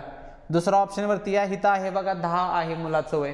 मग मुलाच्या वयाची जर दुप्पट केली मी तर 10ची दुप्पट 20 झाली, मग 20 ह्या 30 मध्ये मिळवल्यावर 70 बेरीज नाही आहेत, हा पण कट झाला माझा, राहिला एकच ऑप्शन आणि हेच माझं काय असायला पाहिजे, आन्सर असायला पाहिजे. ह्याला चेकच करत बसू नका, कारण एकच शिल्लक गोष्ट तुमची राहिली आहे, एकच ऑप्शन सिलेक्ट राहिलेले आहे. ठीक आहे. आणि जर करायचंच असेल, एखाद्या विद्यार्थ्याला क्युरिओसिटी असेल की काय होणार आहे बघा, तर 15ची दुप्पट करा. 15ची दुप्पट किती असते रे, 30. मग 40 आणि हे 30 जर मी केलं तर बेरीज बघा 70 वर्ष होते. सॅटिस्फाय आहे पहिली कंडिशन. दुसऱ्या कंडिशनमध्ये आता वडिलांच्या वयाची दुप्पट करायची तुम्हाला. वडिलांचं वय 40 आहे, 40ची जर मी दुप्पट केली तर 80 झालं. 80 आणि 15 95 सॅटिस्फाय होते. म्हणजेच काय आन्सर जे आहे माझं ते काय असेल इथं ऑप्शन नंबर 3 हे फायनल आन्सर असणार आहे. ठीक आहे. चलो, तर इथं लक्षात ठेवा, या एक्झाम्पलला कुठलंही गुणोत्तर घ्यायची गरज नाही, कुणाचा एक्स मानायची गरज नाही किंवा आणि काय करायची गरज नाही. जे ऑप्शन दिलेत त्यांचा फायदा जो आहे तो तुम्हाला या पद्धतीने इथं करून घ्यायचा आहे. ठीक आहे. चलो, पुढचं एक्झाम्पल. हे एक्झाम्पल आहे बघा, त्याचं शेकडेवारीवरती डिपेंड असणारं हे एक्झाम्पल आहे. सेम इथं पण कोणत्या जिल्ह्याचं आहे मी ते मेन्शन करायचं राहून गेलेलं आहे माझ्याकडून, पण काय फरक पडत नाही. तुम्हाला उत्तर सोडवण्याशी महत्त्वाचं असलं पाहिजे, लक्षात द्यावा. तर काय सांगितले बघा आपल्याला, लोकांच्या एका गटात काही जोडपी आहेत आणि उरलेले लोक एकटे आहेत. यापैकी विवाहित लोकांची संख्या 60% आहे आणि पुरुषांची संख्या 54% आहे. तर एकट्या स्त्रियांची संख्या किती? ठीक आहे. त्यासाठी व्हिडिओ पॉज करा आणि सर्वात महत्त्वाचं एक्झाम्पलचा डाटा नीट समजून घ्या की आपल्याला मांडणी किंवा जो डाटा प्रश्न काय काय सांगितले, माहिती काय काय सांगितलेलं आहे. ठीक आहे. माहिती पण सेम बघा, शेकडेवारीचा वापर तुम्हाला करायचा, ज्याच्यामध्ये आपल्याला माहिती आहे की टोटल जी काही लोकसंख्या असते बघा, ती आपण नेहमी किती मानतो रे, 100 लोक आहेत असं आपण इथं मानायचं. ठीक आहे. म्हणजे या 100मध्ये काही जोडपी पण असणार आहेत आणि काही एकट्या स्त्रिया पुरुष हे सगळे ह्या 100मध्ये असणार आहेत. यामध्ये पहिलं वाक्य बघा की विवाहित लोकांची संख्या 60 आहे, 60%. मग मला सांगा आता विवाहितचा हा जो शब्द आहे लक्षात ठेवा, तो दोघांसाठी असणार आहे. ठीक आहे. दोघं म्हणजे कोण, पुरुष पण असणार आहेत त्यात आणि स्त्रिया पण असणार आहेत. मग विवाहित लोक किती आहेत तरी तर 60 आहेत. मग आता विवाहित याचा अर्थ काय, तर त्यामध्ये पुरुष पण असतील आणि स्त्रिया पण असणार आहेत. जोडपी शब्द असं कन्सिडर करू आपण त्याला. मग ह्या 60ला जर मी स्प्लिट केला तर तो किती होईल रे, तर 30 होणार आहे. बरोबर. म्हणजे या 60मध्ये 30 पुरुष असतील आणि ह्या 30 महिला असणार आहेत. ठीक आहे. महिला किंवा स्त्रिया शब्द लिहिला तरी चालेल. ठीक आहे. हे झालं ह्या 60चं डिस्ट्रीब्युशन. पुढचं वाक्य आहे बघा, 54% पुरुष आहेत, म्हणजे एकूण पुरुष आहेत बरं का ते, ज्याच्यामध्ये असं कन्सिडर करू नका की हे विवाहित आहेत किंवा एकटे आहेत. ही जी काय 54 ही जी काही संख्या आहे ही फक्त पुरुषांसाठी असणार आहे. म्हणजे ह्यात सगळेच पुरुष आहेत, एकटे पण आहेत आणि विवाहित पण आहेत. मी आता आणि आपल्याला एक व्हॅल्यू मिळाल्या बघा, पुरुष जे विवाहित आहेत ते किती आहेत तर 23 आहेत, सॉरी किती आहेत तर 30 आहेत ना. बरोबर. मग मला सांगा, जर ह्या 54 पैकी 30 एवढे पुरुष असतील तर राहिले एकटे जे काही पुरुष असणार आहेत ते किती असायला पाहिजेत रे, तर 54 मधनं 30 गेले तर 24 पुरुष जे असणार आहेत ते काय असतील रे, एकटे पुरुष असणार आहेत. सिंगल एकटे पुरुषांची ही संख्या मिळेल मला, जी की किती असली पाहिजे, 24 असले पाहिजे. ठीक आहे. मग आता मला सांगा 60 एवढी काय झाली रे पुरुषांची संख्या आहे, किंवा सॉरी विवाहित महिला, जोडपी महिला म्हणजे विवाहित महिला आणि विवाहित पुरुष, त्यातले एकटे पुरुष किती आले, 24 आले. मग सांगा उरलेले जे काय 60 हे झाले जोडपी वगैरे सगळे, एकटे पुरुष किती आले, 24 आले. आणि 60 आणि 24 किती झाले रे, तर 84 ही जी काही संख्या आहे ती कोणाची आली माझी, ज्याच्यामध्ये विवाहित महिला पण आहेत, विवाहित पुरुष आहेत आणि एकटे पुरुष पण आहेत. मग टोटल लोक किती मानलेत आपण, 100 आहेत. 100 पैकी 84 गेले. मग राहिलेल्या ज्या काही व्यक्ती असणार आहेत लक्षात ठेवा, त्या कोण असल्या पाहिजेत रे, तर त्या असणार आहे त्या एकट्या स्त्रियांची संख्या ती असणार आहे. ठीक आहे. ती कुठली संख्या असेल, त्या एकट्या स्त्रियांची संख्या असणार आहे. मग त्यासाठी सिंपल काय करा, 100 जर एवढे असतील, 84 जर गेलं ह्यात ना, तर मला थोडक्यात काय करायचे, दोघांची वजाबाकी करायची. आणि 100 मधनं जर 84 गेला तर किती राहील रे, 16% म्हणू शकता किंवा नुसतं 16 म्हणलं तरी चालेल, काय फरक पडणार नाही त्यांना. ठीक आहे. आन्सर जे आहे माझं फायनल ते किती असायला पाहिजे रे, 16 हे आपलं फायनल आन्सर असेल. ठीक आहे. त्यामुळे एक्झाम्पल नीट समजून घ्या की डिस्ट्रीब्युशन हे नीट समजलं पाहिजे तुम्हाला की कशा पद्धतीने असणार आहे. महत्त्वाचं असेल एकूण लोकांची संख्या ही तर आपली बदलणार नाही, कधी 100% असणार आहे आणि त्यानुसार फक्त तुम्हाला डिस्ट्रीब्युशन करायचं प्रॉपर चांगल्या पद्धतीनं. ठीक आहे. चलो पुढे जाऊ. पुढचं एक्झाम्पल तुमच्या स्क्रीनवरती बघा. हे एक्झाम्पल जे आहे ते सरासरीवरती डिपेंड असणारं एक्झाम्पल आहे आणि खास करून बघा हे सरासरीचं एक्झाम्पल घेणं मागचं रिझन आहे की हा जो टाईप आहे तो SSC GDला म्हणजे स्टाफ सिलेक्शनमधली जी की आपली SSC GDची एक्झाम आहे त्यामध्ये या टाईपचे क्वेश्चन्स आपल्याला मागच्या वर्षी 2024 साली जी काही एक्झाम झाली होती GDची त्या GDच्या पेपरमध्ये या टाईपचे एक्झाम्पल जास्त प्रमाणामध्ये विचारले गेले होते. आणि हा जो प्रश्न आहे बघा तो पुणे लोहमार्गचा जो पेपर होता त्या पेपरमधला हा प्रश्न आहे तुमच्या स्क्रीनवरती. मग व्हिडिओ पॉज करायचे तुम्ही आणि आन्सर ह्याचा काढण्याचा प्रयत्न करायचा आहे. जसं मग लेक्चरच्या सुरुवातीलाच म्हटलं मी की बऱ्याच विद्यार्थ्यांना असं वाटतं की पोलीस भरती सोपी आहे, काय कॉम्पिटिशन जास्त नाही, तर त्या विद्यार्थ्यांसाठी यामध्ये सतर्क अलर्ट व्हायचं आहे की लेवल बघा सरासरीच क्वेश्चन आहे पण तुम्ही सोडवू शकताय का हा विचार करायचा आहे. एकतर टाईपच हा वेगळा आहे, हा टाईप जास्त करून आपल्याला स्टाफ सिलेक्शन रेल्वेमध्ये बघायला मिळतो. पोलीस भरतीमध्ये तुम्हाला या टाईपचे एक्झाम्पल्स जास्त अजिबात बघायला मिळणार नाहीत.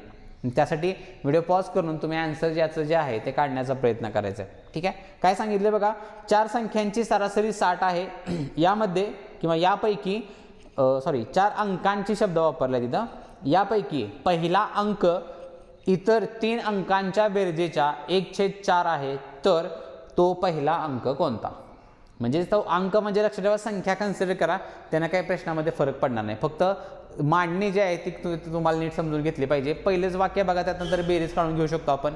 4 संख्या आहे त्या किंवा 4 अंक आहेत त्या 4 अंकांची सरासरी 60 जर असेल तर मी पहिला काय काढून घेणार आहे त्या अंकांची बेरीज काढून घेणार.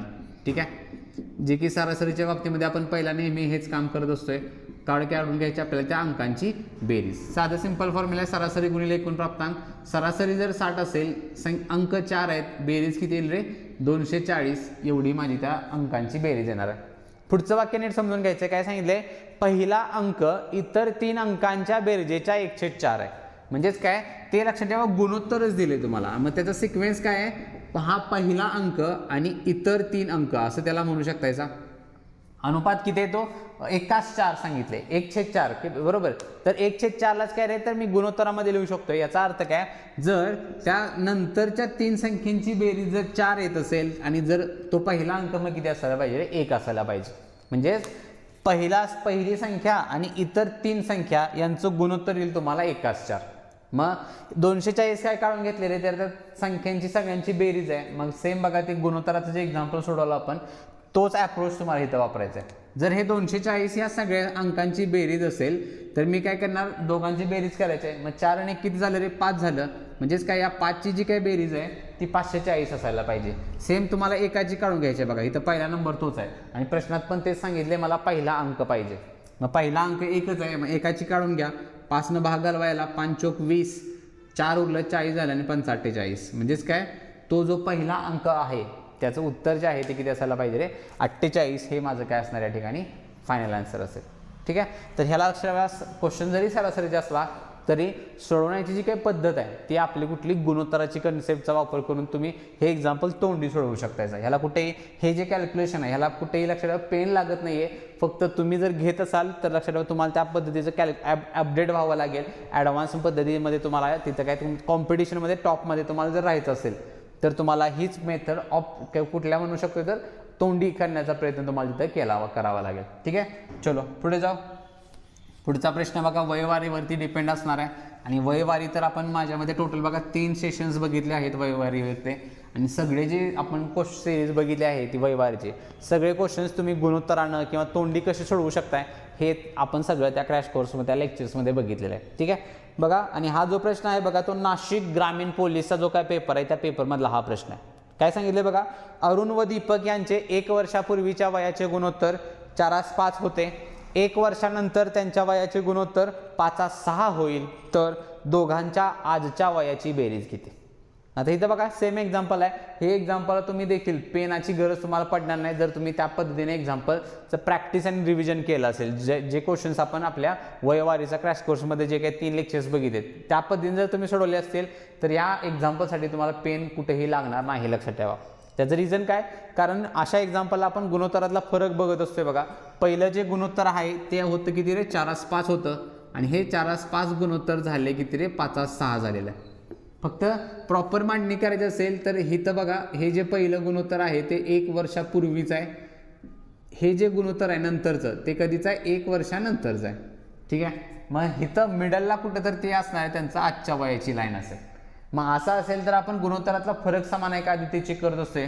मग हे बघा 4चं 5 झाले, 5चं 6 झाले, म्हणजेच गुणोत्तरामध्ये 1 न वाढ झालेली आहे, फरक समान आहे. पण इथं बघा पूर्वी शब्द आहे आणि इथं नंतर शब्द आहे. मग अशा एक्झाम्पलसाठी ज्यावेळी पूर्वी आणि नंतर हे शब्द वापरले जातात त्यावेळी गुणोत्तरातला फरक घेत असताना आपण त्या वयवायांची काय करतोय, बेरीज करत असतोय. इथं फरक घेत असताना वजाबाकी करायची नाही, कारण या सगळ्या ज्या काही गोष्टी आहेत ज्या विद्यार्थ्यांना ही कन्सेप्ट जर नवीन वाटत असेल अशा विद्यार्थ्यांना माझं सजेशन असेल की त्यांनी आपले जेवढे काही क्रॅश कोर्समध्ये सगळे जे लेक्चर्स आहेत आतापर्यंत शेकडेवारी या टॉपिकपर्यंतचे सगळे लेक्चर्स तुम्ही जरूर बघा, जेणेकरून तुम्हाला असल्या क्वेश्चन्सना कसल्याही पद्धतीचा अडथळा अजिबात येणार नाही. ठीक आहे. मग त्यासाठी आता पूर्वी आणि नंतर आहे म्हणलं आपण त्यांची बेरीज करत असतोय. मग हा 1 आणि हा 1 म्हणजे एकाची व्हॅल्यू 2 झाली, बरोबर. मग मला पाहिजे काय रे, त्यांच्या आजच्या वयाची बेरीज पाहिजे.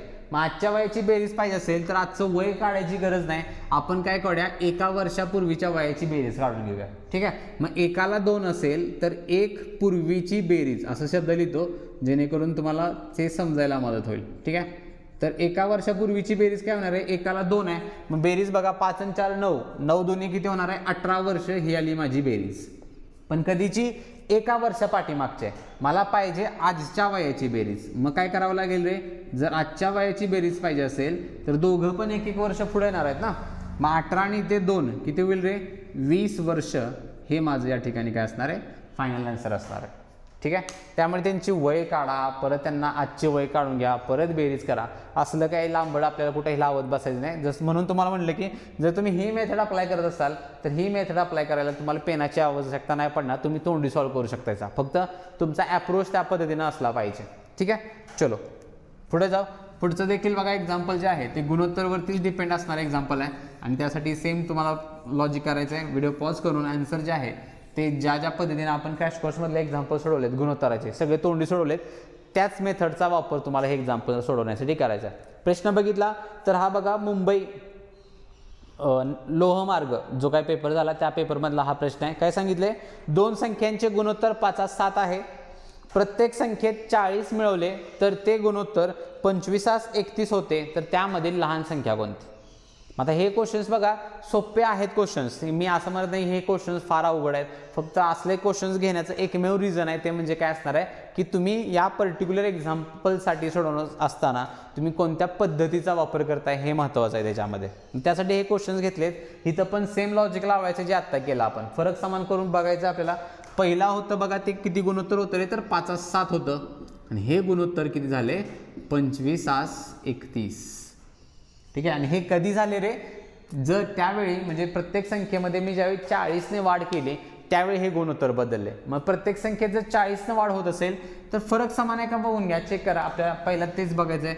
तर इथं बघा 5:25 म्हणजे 20 वाढ झालेली आहे, पण 7:31 म्हणल्यावर तर फरक तर समान नाही आहे. मग करून घ्या. समान कसा करायचं रे, तर खालच्या फरकानं वर गुणायचं असते. 25 आणि 31 मध्ये बघू शकता असा 6चा फरक आहे, 6नं मला इथं गुणावं लागेल. 5 आणि 7 मध्ये बघा तर 2चा फरक आहे, 2नं खाली गुणायचं आहे. मग गुणल्यानंतर काय होईल, 6×5 30 आणि 7 संग 42. खाली बघा 25 दुनी 50 आणि 31 दुनी 62. मग आता इथं बघा 30चं 50 झाले म्हणजे 20 वाढ झालेली आहे, 42चं 62 म्हणजे पण 20 वाढ झालेली आहे. म्हणजे गुणोत्तरामध्ये बघू शकताय 20ची वाढ झालेली आहे आणि मी किती मिळवले रे, तर 40 मिळवले प्रत्येक संख्येत. मग इथं 20ची किंमत 40 मिळाली मला, एकाची किती असणार आहे रे, 2 असेल. मग एकाला जर 2 असेल, प्रश्न काय, मला लहान संख्या पाहिजे. लहान संख्या तर ह्याचा तर काही संबंध नाही आहे. लहान संख्या म्हणजे इथं कोण आहे रे, तर हा 30 आहे. मग एकाला जर 2 असेल तर 30 म्हणजेच लहान संख्या किती असायला पाहिजे रे, 60 हे माझं उत्तर असणार आहे. आणि मूळ संख्या पाहिजे त्यामुळे आपल्या सुरुवातीच्या व्हॅल्यू घ्यायच्या, त्या खालच्या व्हॅल्यू घ्यायच्या नाहीत. मोठी पण काढू शकता असा, एकाला 2 आहे ना, मग 42ची दुप्पट करा. 42ची जर दुप्पट केली तर ती किती असते रे, 84 असते. म्हणजे लहान संख्या 60, मोठी संख्या 84 हे माझं काय असणार या ठिकाणी आन्सर्स असणार आहे. ठीक आहे. चलो पुढे जाऊ. पुढचं बघा एक्झाम्पल जे आहे ते सेम आपल्या कशा बाबतीत सांगितलं बघा, ते शाब्दिकवरती डिपेंड असणारं एक्झाम्पल आहे.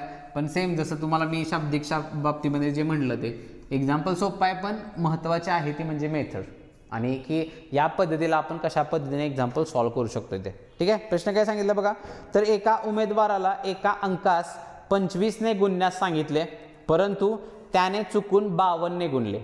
त्यामुळे त्याचे उत्तर अपेक्षित उत्तरापेक्षा 324ने जास्त आले तर तो अंक कोणता? हा जो प्रश्न आहे बघा सोलापूर शहरचा जो काही पेपर होता त्यामधला आहे. म्हणजे इथं पण बघा सेम हे एक्झाम्पल तोंडी सुटते आपल्याला, फक्त समजलं पाहिजे की ते 324 काय दिले. 324चा अर्थ काय रे, तर काय म्हणतो आपण एखादी संख्यापेक्षा जास्त पेक्षा कमी असणं म्हणजेच काय, तर त्या दोघांमधला डिफरन्स असतो. म्हणजेच काय, सुरुवातीला बघा 25च्या ऐवजी जर मी 52ने गुणलं तर 25 आणि 52 मधला डिफरन्स किती होतो रे, तर ते होणार आहे बघा किती रे, तर 27चा डिफरन्स होईल. 25 आणि 52 मधला डिफरन्स, 25ला 7 द्या 32 झालं आणि वरचं 20. ठीक आहे. आणि यात 27ची जी काय व्हॅल्यू असते ती असते तुमची किती, तर तुमचं उत्तर कितीने जास्त आले ते. आणि उत्तर कितीने जास्त आले रे, तर 324ने जास्त आलेला आहे. मग मला सांगा 27ला जर 324 असेल, हा एक म्हणजेच तो तुमचा काय असतो, अंक असतो. एक म्हणजेच काय असतो, अंक असतोय. मग एकाची किंमत काढा, 27 भागायला 27 एके 27 झालं, 5 उरलं 54 झालं आणि 27 दोन्ही 54. म्हणजेच काय, तो जो ती जी संख्या आहे ज्या संख्येला आपण काय गुणले ती संख्या किती असायला पाहिजे किंवा तो अंक थोडक्यात किती असणार आहे, माझं फायनल आन्सरच म्हणू शकतायसा 12 हे माझं काय असणार आहे, फायनल आन्सर असणार आहे. ठीक आहे. म्हणजे म्हणून तर मला म्हणलं की आता हे करण्यासाठी आपल्याला पेन लागतोय का रे, काही गरजच नाही आहे, फक्त काय तर समजण्यासाठी सगळ्या गोष्टी तुमच्या बोर्डवरती मी लिहिलेल्या आहेत. ठीक आहे. चलो पुढे जाऊ. आता जे एक्झाम्पल्स आपण बघायचे आहेत बघा, ते भंडारा जिल्ह्याचे जे काही क्वेश्चन्स आहेत. भंडारा जिल्ह्याचा पेपर तुम्हाला माहीत असेल की पोलीस भरतीला सर्वात हार्ड लेवलचा जर कुठला पेपर असेल तर तो असतो त्या भंडारा जिल्ह्याचा. म्हणजे एक सिंपलच्या भाषेत जर सांगायचं झालं बघा, पोलीस भरतीचे सगळ्या इतर जिल्ह्यांचे पेपर हे एका साईडला असतात आणि भंडारा जिल्ह्याचा पेपर जो असतो तो एका साईडला असतो. आणि ह्या दोघांचा कुठेही आपापसात ताळमेळ नसतो, लक्षात ठेवा. कारण जी लेवल त्या पेपरमध्ये पडली जाते पोलीस भरतीला इतर कुठल्याही जिल्ह्यांच्या पेपरमध्ये तुम्हाला ती लेवल कुठेच बघायला मिळणार नाही.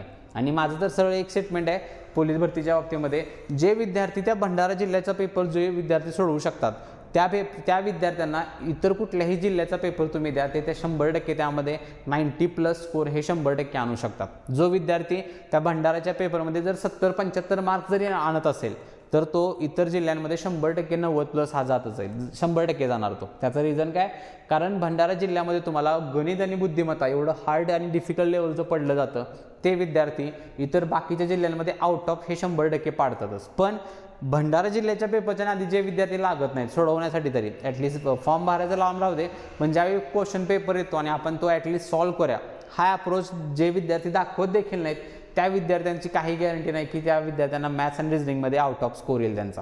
आणि जर तुम्ही मॅथ्स रिझनिंगमध्ये जर आउट ऑफ स्कोर आणत नसाल तर पोलीस भरतीमध्ये 90+ जाणं लक्षात ठेवा अतिशय अवघड आहे. आणि 90+ जर तुम्ही जात नसाल तर तुमचं सिलेक्शन होणं देखील अवघड आहे. कारण मागच्या वर्षीचं कट ऑफ तुम्हाला माहीत असेल सगळ्या जिल्ह्यांचे, दोन्हीचं कॉम्बिनेशन केलं तर तुमचा स्कोर 120-125+ आलाच पाहिजे. आणि ते कधी होणार आहे, ज्यावेळी तुम्ही लेखीमध्ये 90च्या आसपास येतात त्याचवेळी होणार आहे. ठीक आहे. मग त्यासाठी तुम्हाला आधी हा पेपर जो आहे भंडारा जिल्ह्याचे क्वेश्चन्स कशा पद्धतीने असतात, काय केलं पाहिजे ते आता बघायचं आहे. आणि पहिला जो प्रश्न आहे तो बघा ह्याच्यावरती डिपेंड असणार आहे, वयवारी डिपेंडवरती. प्रश्न काय सांगितलं बघा, तर 4 वर्षापूर्वी ए आणि बी यांच्या वयाचे गुणोत्तर 5:3 होते. ए बी सी यांच्या आजच्या वयाची बेरीज 80 वर्ष आहे. जर सीचे वय ए आणि बी यांच्या वर्तमान वयाच्या बेरजे इतके असेल तर एचे वर्तमान वय शोधा. आता इथं बघा प्रश्न वाचल्या कळाला असेल की आता काय करायचं आहे. इथं लक्षात ठेवा, इथं तुम्ही गुणोत्तराची कन्सेप्ट वापरू शकत नाही ना, कोणता शॉर्टकट अप्लाय करू शकताय.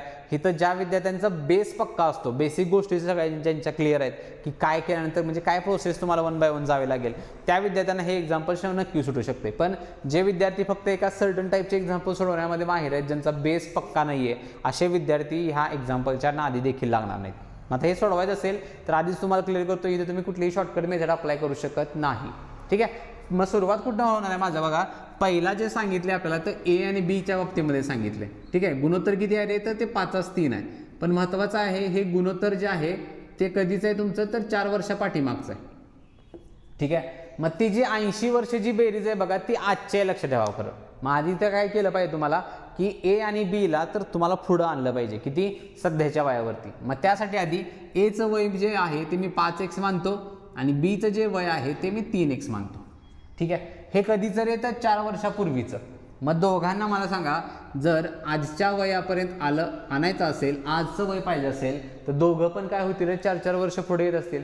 मग 4 वर्ष आपण डिफिकल्ट लेवलचे जे कॅटेगरीचे जे क्वेश्चन्स बघितलेत बघा आपल्या वयवारीच्या क्रॅश कोर्समध्ये, त्या ठिकाणी आपण असल्या टाईपचे क्वेश्चन सोडवलेत. ठीक आहे. मग जर एचं वय 4 वर्ष जर तो पुढं आला तर त्याचं वय काय बनणार आहे रे, 5x + 4 होणार आहे, कारण तो 4 वर्ष पुढे येणार आहे.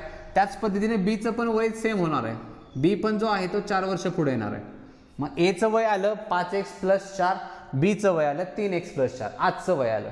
सीचं जे वय आहे तो सीचा आकडा मी सीच ठेवतो किंवा त्याला वेगळं अक्षर द्यायची गरज नाही. मग आणि तिघांच्या वयाची बेरीज सांगितली आहे बघ मला, 5x + 4 आणि 3x + 4 आणि सीचं जे काही वय आहे ते लक्षात ठेवा. आता इथे तुम्ही x मानू शकत नाही बरं का, कारण हा जो x आहे तो ऑलरेडी आपण ह्या ए बी साठी तो इक्वेट केलेला आहे. मग त्यासाठी काय करूया आपण, आता इथं सीचं जे वय आहे त्याला सीच हे नाव देऊया.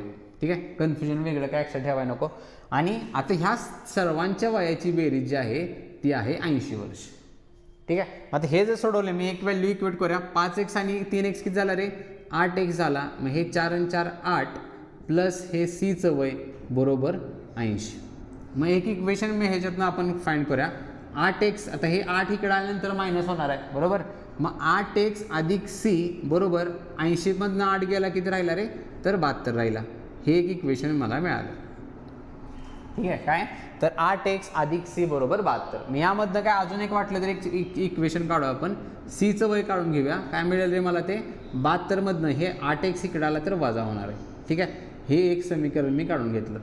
सीचं वय किती मिळालं मला, 72 + 8x. मग आता पुढचं एक वाक्य आहे बघा, काय तर सीचे वय ए आणि बी यांच्या वर्तमान वयाच्या बेरजे इतके आहे. म्हणजे सीचं आजचं वय किती आहे रे, मी सीचं अक्षर मांडलेलं आहे. दोघांच्या आजच्या वयांची बेरीज काय हिथं एवढी आलेली आहे. म्हणजे इक्वेशन मला काय मिळणार आहे त्यामधून, सी बरोबर या दोघांची बेरीज, आणि या दोघांची बेरीज इथं केलेली आहे बघा, किती होणार आहे, 8x + 8. आता सीचं वय इथं काढले आपण, सीची व्हॅल्यू काढल्या बघा इथे एक्सच्या फॉर्ममध्ये, 72 + 8x. मग त्या सीचं व्हॅल्यू ह्या सीच्या जागी पुट करा, काय होईल बघा, 72 + 8x बरोबर 8x + 8. ठीक आहे, दोन्हीचं एक्सचेंज करा. हे 8 परत बघा, हे +8 -8 जे आहे ते इकडं प्लस होणार आहे. मग 8 आणि 8 किती झाला रे, 16x झाला. हे +8 इकडं वजा होणार आहे. मग 72 मधनं 8 गेल्यानंतर 64 उरते. मग इथं मला एक्सची व्हॅल्यू मिळेल 16 × 64. म्हणजेच एक्सची जी काय किंमत आहे ती किती असायला पाहिजे रे, तर 4 असायला पाहिजे. मग एक्सची किंमत मिळाली मला. मग फायनल प्रश्न काय विचारला आहे, एचे वर्तमान वय शोधा. मग एचं सध्याचं वय इथं आहे बघा, किती आहे रे, तर 5x + 4 आहे. मग डायरेक्टली किमती टाका त्यामध्ये, एचं सध्याचं वय म्हणू शकतायचा. मग ए मध्ये एक्सची किंमत किती आहे, 4 आहे. 4 × 5 = 20 + 4. मग 20 आणि 4 किती झालं रे, 24 वर्ष. हे माझं काय असणार या ठिकाणी फायनल आन्सर असेल, जे की कोणाचं, त्या एचं वय असणार आहे. ठीक आहे. मग इथं बघा तुम्हाला ही सगळी मेथड इथं अप्लाय करायची आहे. या पद्धतीने हे एक्झाम्पल जे आहे ते आपल्याला सॉल्व्ह करायचं होतं. ठीक आहे. इथं तुम्ही कुठेही एक्स किंवा गुणोत्तराचं शॉर्टकट वगैरे काय कुठलीही कन्सेप्ट वापरू शकत नाही. ठीक आहे. चलो पुढे जाऊ. टोटल बघा एक माझ्यामध्ये 3 ते 4 एक्झाम्पल्स आपल्याला बघायचे आहेत या भंडारा जिल्ह्यामध्ये, ज्याच्यामध्ये तुम्हाला सगळ्या टाईपचे म्हणजे वयवारीचं तर क्वेश्चन आता समजलाच असेल की काय लेवलचे क्वेश्चन्स पडले जातात. आणि आता जो प्रश्न एक्झाम्पल जे आहे ते तुमच्या स्क्रीनवरती ते सेम म्हणजे गुणोत्तरावरती डिपेंड असणारा एक्झाम्पल आहे. त्यासाठी व्हिडिओ पॉज करायचा आहे तुम्ही आणि आन्सर जे आहे ते इथं सोडवण्याचा प्रयत्न करायचा आहे. ठीक आहे. आता इथं आपल्याला काय तुम्ही कोणत्या पद्धतीने एक्झाम्पल हे सॉल्व्ह करू शकतायचा. ठीक आहे. तर काय सांगितलं बघा आधी, म्हणजे ते मिश्रणावरती डिपेंड असणारं एक्झाम्पल आहे. एका मिश्रणात वाईन आणि पाणी 5:1 गुणोत्तरात आहे. 5 लिटर पाणी मिळवल्यास ते गुणोत्तर 5:2 होते, तर मिश्रणातील वाईनचे प्रमाण किती. सेम एक्झाम्पल, सेम भंडारा जिल्ह्यामधलंच आहे, तर कुठल्या तर मिश्रणावरती डिपेंड असणारं एक्झाम्पल आहे. आणि ह्या टाईपचे एक्झाम्पल्स बघा आपण आपल्या क्रॅश कोर्समध्ये देखील बघितलेले आहेत. पण नॉर्मल जे विद्यार्थी असल्या ह्या क्वेश्चन्सच्या नादी लागत नाही त्यांना सोडवायला थोडंसं अवघड जाईल. पण ज्या विद्यार्थ्यांनी आपला क्रॅश कोर्स कंटिन्यूपणे पहिल्यापासून ज्या विद्यार्थ्यांनी फॉलो केला आहे त्या विद्यार्थ्यांना हे एक्झाम्पल 100% सोपं वाटेल आणि ते सोडवण्याचा प्रयत्न देखील करतील. आणि लक्षात ठेवा, सेम या एक्झाम्पलला देखील तुम्हाला पेन कुठेही लागणार नाही. कारण बघा पहिलं जे गुणोत्तर आहे त्याचं रिझन बघा मांडणी करतो प्रॉपर, म्हणजे तुम्हाला समजेल की मी का म्हणतोय ते, म्हणजे पेनाची आवश्यकता नाही आपल्याला. सिक्वेन्स जो आहे बघा, वाईन आणि पाण्याचा गुणोत्तर आहे आपल्याला सांगितलेला आहे, वाईन आणि पाणी. पहिला जे गुणोत्तर होतं बघा ते 5:1 होतं आणि ते झाले किती सांगितले रे तर 5:2 झालेलं आहे. ठीक आहे. कधी झाले रे तर आपण ज्यावेळी त्या पाण्यामध्ये आपल्याला मिश्रणात सांगितलं बघा ज्यावेळी मी ते 5 लिटर पाणी ॲड करतोय त्यावेळी. ठीक आहे. मग मागाच्या जे आपण मिश्रणाचं जे एक्झाम्पल बघितलं बघा सेम अप्रोच तुम्हाला इथं वापरायचं आहे. जर मी त्या मिश्रणामध्ये पाणी ॲड करत असेल तर ह्या वाईनचं जे काही प्रमाण आहे बघा ते समान असलं पाहिजे. कारण वाईनमध्ये आपण कुठलाच बदल करत नाही, बदल करतोय पाण्यामध्ये. मग जर पाण्यामध्ये मी बदल करत असेल तर वाईनचं प्रमाण समान राहिलं पाहिजे. मग 5 आणि 5 मग वाईनचं प्रमाण समान आहे. म्हणून तुम्हाला म्हटलं की ही व्हॅल्यू ऑलरेडी समान मिळते, मला इथं कुठेही गुणोत्तर किंवा लसाई वगैरे घ्यायची गरज नाही. मग चेक करा, पाणी आधी 1 लिटर होतं, आता ते 2 लिटर झालेलं आहे. मग पाण्यामध्ये किती लिटर वाढ झालेली आहे तर 1 लिटर वाढ झालेली आहे. आणि ह्या एकाचीच किंमत मला 5 सांगितलेली आहे. मग एकाला जर 5 असेल आपल्याला पाहिजे त्या वाईनचं प्रमाण. मग मिश्रणामध्ये वाईन बघा इथं पण 5 आहे, इथं पण 5 आहे, कुठलीही व्हॅल्यू काढा उत्तर एकच येणार आहे. मग एकाला जर 5 असेल तर 5 किती झाले रे 25 लिटर हे त्या मिश्रणामध्ये काय असणार आहे त्या वाईनचं प्रमाण असेल. म्हणजेच फायनल आन्सर माझं काय असणार आहे एक्झाम्पलसाठी 25 लिटर आन्सर असणार आहे. मग जर म्हणून तुम्हाला म्हटलं की आता या गोष्टी चेक करायच्या असतील तर मला लिहायची गरज आहे का रे, काय गरज नाही आहे. तिथल्या व्हॅल्यू सरळ दिसतात, 5 सेम आहे. मग गुणोत्तरामध्ये 1चं 2 झाले, 1ची वाढ झालेली आहे. मग ह्या गोष्टी तुम्ही तोंडी करू शकता 100%. ठीक आहे. चलो पुढे जाऊ. पुढचा देखील प्रश्न बघा. आता सरासरीवरचा डिपेंड असणारा हा प्रश्न आहे. त्यासाठी सेम व्हिडिओ पॉज करायचा आहे तुम्ही सर्वांनी, ह्याचं आन्सर जे आहे ते काढण्याचा प्रयत्न करायचा आहे. की आता इथं बेस्टचं मेथड किंवा आधी सर्वात महत्त्वाचं तुम्हाला हे एक्झाम्पल सुटलं पाहिजे. सुटत असेल तर चांगली गोष्ट आहे. आणि त्यानंतर मग तुम्ही विचार करायचे की मला कुठल्या मेथड इथं बेस्ट सूट होईल किंवा वेळ माझा कधी वाचणार आहे, कोणती मेथड इथं तुम्हाला अप्लाय केली पाहिजे. ठीक आहे. प्रश्न समजून घेऊ आपण. आधी काय सांगितलं बघा. तर एका कार्यालयात संपूर्ण कर्मचाऱ्यांचा सरासरी पगार 3,200 रुपये आहे. अधिकाऱ्यांचा सरासरी पगार 6,800 रुपये आहे आणि गैर अधिकाऱ्यांचा सरासरी पगार 2,000 रुपये आहे. जर अधिकाऱ्यांची संख्या 5 असेल तर गैर अधिकाऱ्यांची संख्या किती. एक्झाम्पल सेम भंडारा जिल्ह्यामधलंच आहे, भंडारा पोलीसमधलं. त्यासाठी आधी तुम्ही व्हिडिओ पॉज करायचा आहे आणि आन्सर जे आहे याचं तुम्ही काढण्याचा प्रयत्न करायचा आहे. लक्षात ठेवा, एक्झाम्पल जरी सरासरीवरचं असलं तरी नॉर्मल एक्झाम्पल नाही आहे हे. ज्या विद्यार्थ्यांना त्या किंवा क्वेश्चनचं नॉलेज आहे की क्वेश्चन्स कशा पद्धतीनं पडले जातात, ज्या विद्यार्थ्यांना ह्या नॉलेज असते त्या विद्यार्थ्यांना 100% ती एक डिफिकल्टी लेवल जी म्हणतो आपण क्वेश्चनचा म्हणजे एक चांगले क्वेश्चन्सची कॅटेगरी जी म्हणतो आपण ती तुम्हाला इथं समजायला मदत होईल की खरंच एक म्हणजे खतरनाक क्वेश्चन्स काय असतात आणि कशा पद्धतीने विचारले जातात. त्या कॅटेगरीचा हा प्रश्न आहे बघा. नॉर्मल तुम्ही गुणाकार पद्धत वगैरे कुठेही अप्लाय करू शकत नाही सा. आणि हे एक्झाम्पल सोडवायची बेस्ट मेथड जर म्हणला तर तुम्हाला काय रे एलिगेशन ह्या पद्धतीचा इथं वापर करायचा. ठीक आहे. आणि या पद्धतीचा वापर आपण आपल्या सरासरीच्या क्रॅश कोर्समध्ये देखील केलेला आहे. ठीक आहे. मग आता इथं करायचं काय बघा. मांडणी जे म्हणतो आपण दोन्ही अधिकाऱ्यांचा जो एकत्र पगार आहे तो आपण सेंटरला लिहिला पाहिजे. मग पहिलं वाक्य तेच आहे बघा. सर्व कर्मचाऱ्यांचा सरासरी जो पगार आहे तो मला किती सांगितलं आहे तर तो आहे 3,200 रुपये. ज्याच्यामध्ये अधिकारी वर्ग एक आहे आणि दुसरा जो वर्ग आहे तो आहे कुठला रे तर गैर अधिकारी एक वर्ग आहे. ठीक आहे. असे हे 2 कॅटेगरी आहेत तिथं त्या कारखान्यातल्या कार्यालयातला जो काही वर्ग आहे तो या पद्धतीने. काही अधिकारी आहेत आणि अधिकाऱ्यांचा जो काही सरासरी पगार आहे बघा तो सांगितला आहे मला 6,800. गैर अधिकारी जे आहेत त्यांचा जो काही सरासरी पगार सांगितला आहे बघा तो किती सांगितला रे तर 2,000 रुपये आहे. आणि या दोघांना एकत्र केला मी तर हा मला त्यांचा सरासरी पगार मिळणार आहे सगळ्यांचा, सर्व कर्मचारी जे आहेत ते. आपण काय रे वजाबाकी करून घेत असतोय अशा पद्धतीनं. 3,200 मधनं 2,000 केला किती राहिलं रे तर 1,200 रुपये राहील. 6,800 मधनं 3,200 वजा करा ते इथे व्हॅल्यू इथे येणार आहे ती किती राहील बघा 2 शून्य तर येणारच आहेत माझे. परत 8तनं 2 गेले 6 राहिले आणि 6 मधनं 3 गेले 3 राहिले म्हणजे 3,600. मग इथं बघा गुणोत्तर लागतं आपल्याला 2 0 कट होतील 12 1 12 आणि 12 3 36. ठीक आहे. म्हणजे काय त्यांच्या संख्येचं जे काय गुणोत्तर आलं ते एकाच तीन आलं. याचाच अर्थ काय की त्या कार्यालयामध्ये अधिकारी जे आहेत ते एका गुणोत्तरामध्ये आहेत आणि गैर अधिकारी जे आहेत ते या 3 या गुणोत्तरामध्ये. मग आपल्याला पुढचं एक वाक्य बघा. अधिकाऱ्यांची संख्या 5 आहे. मग गुणोत्तरामध्ये अधिकारी किती तरी 1 आलेत म्हणजे त्या एकाची जी काही किंमत आहे ती 5 सांगितलेली आहे मला. मग एकाला जर 5 असेल तर मला पाहिजे गैर अधिकाऱ्यांची संख्या. गैर अधिकारी 3 आहेत मग 5 त्रिक किती झालं रे 15. हे माझं काय असणार आहे फायनल आन्सर असणार आहे. म्हणजेच अधिकारी जे आहेत ते 5 एवढे असतील, गैर अधिकारी जे आहेत ते 15 एवढे असतील.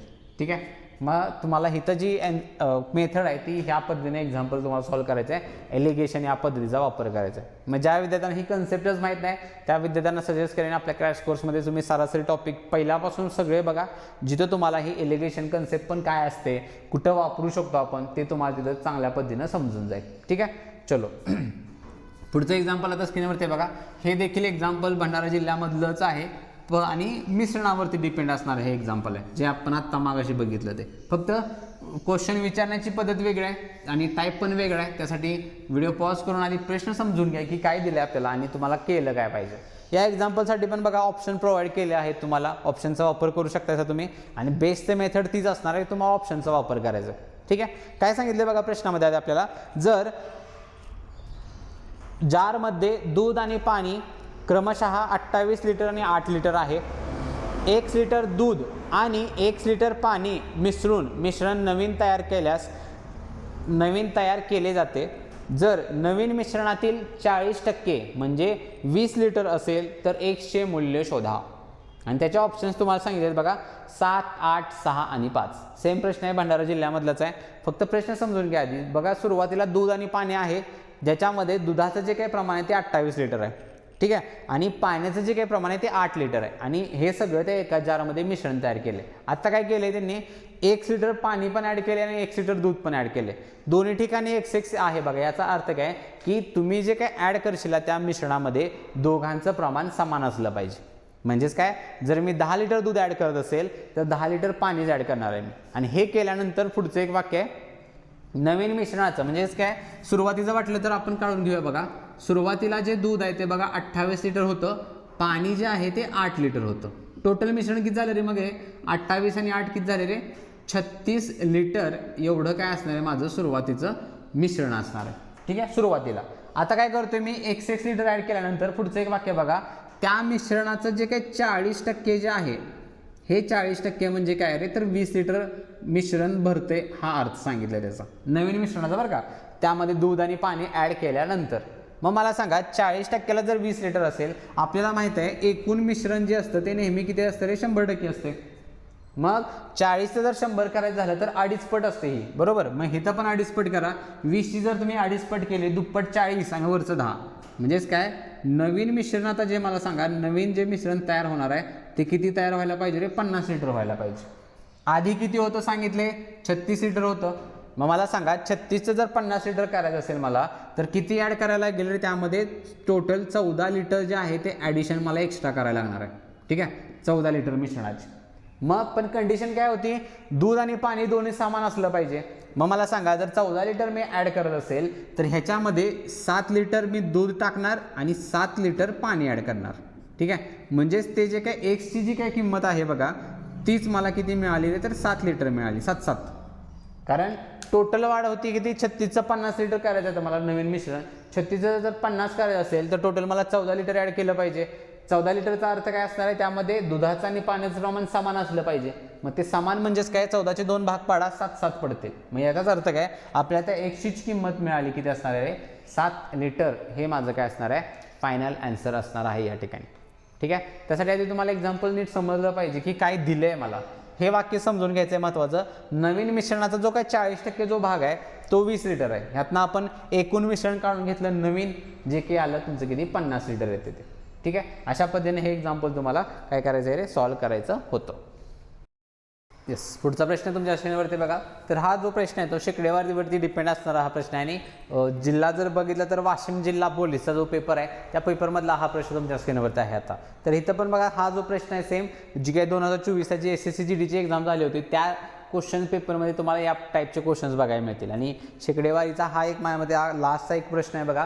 ज्यानंतर आपले जे काही क्वेश्चन्स आहेत ते 2 क्वेश्चन्स आहेत ते आहेत आपले कुठले, वयवारीवरती डिपेंड असणार आहेत. त्यामुळे पर्सेंटेजवरती म्हटलं हायेस्ट लेवल जर म्हटला तर तुम्हाला हा प्रश्न पडला आहे तो म्हणजे एकच आहे आणि तो फक्त आणि फक्त या वाशिम जिल्ह्याच्या पेपरमध्ये तुम्हाला बघायला मिळेल. ठीक आहे, तर काय सांगितले बघा, एका शहराची लोकसंख्या 3 लाख असून त्यापैकी 1,80,000 पुरुष आहेत, 50% लोकसंख्या साक्षर आहे. जर 70,000 पुरुष साक्षर असतील तर साक्षर स्त्रियांची संख्या किती.